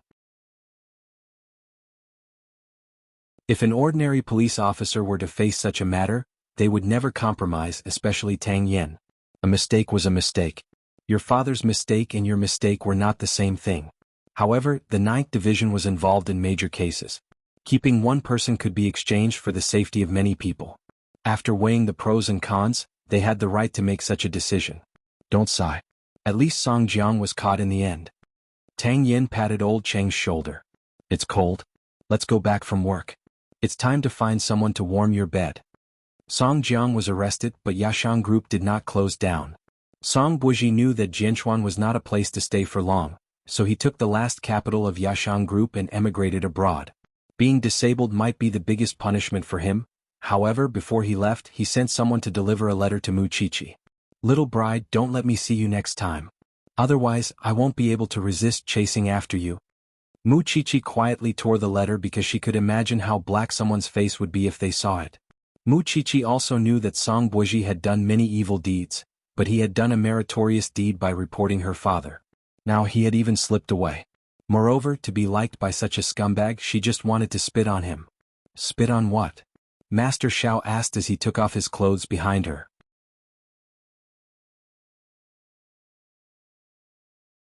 Chapter 986. There's something in my mouth. Mu Chichi quickly played dumb. Let me see. With that, Xing Xiao turned Mu Chichi's head around and kissed her. When Mu Chichi couldn't breathe, he said, "There's something." "Xiao Xiao, what were you looking at just now? Do you think I didn't see it?" Xing Xiao was jealous. He hooked his arm around Mu Chichi's neck and snorted. "You only belong to me. Don't even think about it." Mu Chichi rolled her eyes and expressed helplessness at Xing Xiao's possessiveness. Speaking of which, we're not legally husband and wife yet. If it weren't for the fact that she was still in confinement, Xing Xiao would have slapped her little butt. "Can you repeat what you just said to me?" Mu Chichi did not have the guts. She shrunk her neck and used breastfeeding as an excuse to leave Xing Xiao's sight. The two of them had been registered abroad for a long time, but the domestic law had yet to recognize them. Mu Chichi's birthday was around the corner. Could it be that he, Xing Xiao, couldn't change the marriage certificate even if he wanted to? Since she had already given birth to her daughter, she could forget about escaping. From that day onwards, Mu Chichi felt that Xing Xiao had been mysterious all day. Although he had helped her coax her daughter and carry the child as usual after he returned from Zhongting, she still felt that something was wrong. For this reason, she specially went to ask Mama Sheng after little Qi fell asleep. However, Mama Sheng said that she did not feel that there was anything different about Xing Xiao and told Mu Chichi not to think too much. Mu Chichi finally endured it until Xing Xiao returned home. When she saw him carrying his daughter the moment he entered the door, Mu Chichi suddenly exploded. "I knew it. Now that you've entered the door, the first person you look at isn't me." Xing Xiao said coldly, "We're not legally husband and wife. Why should I carry you?" Mu Chichi was speechless. "I was just joking with you. Did you have to be angry for half a month?" Mu Chichi suddenly felt very wronged. "I'm not busy being angry. I'm just busy making our marriage a reality." With that, Xing Xiao pointed at the marriage certificate on the bedside table with his chin. Mu Chichi followed his gaze and was stunned. "What's this?" "See for yourself." Mu Chichi picked up the two red booklets and flipped open one of them. She was confused when she saw a silly photo of herself with Xing Xiao. "This is? Little Qi wants to register, so Dad and I went to move your household registration out of the Mu family. We also changed your age by 1 year.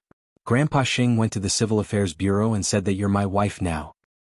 So, I'm now Mrs. Xing, who is recognized and protected by the law?" Mu Chichi found it unbelievable.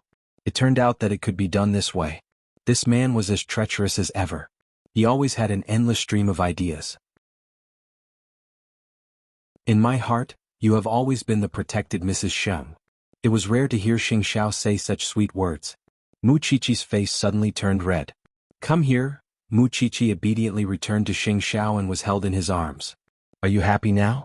It feels weird, like I'm getting married for the second time." Mu Chichi's words successfully angered Xing Xiao.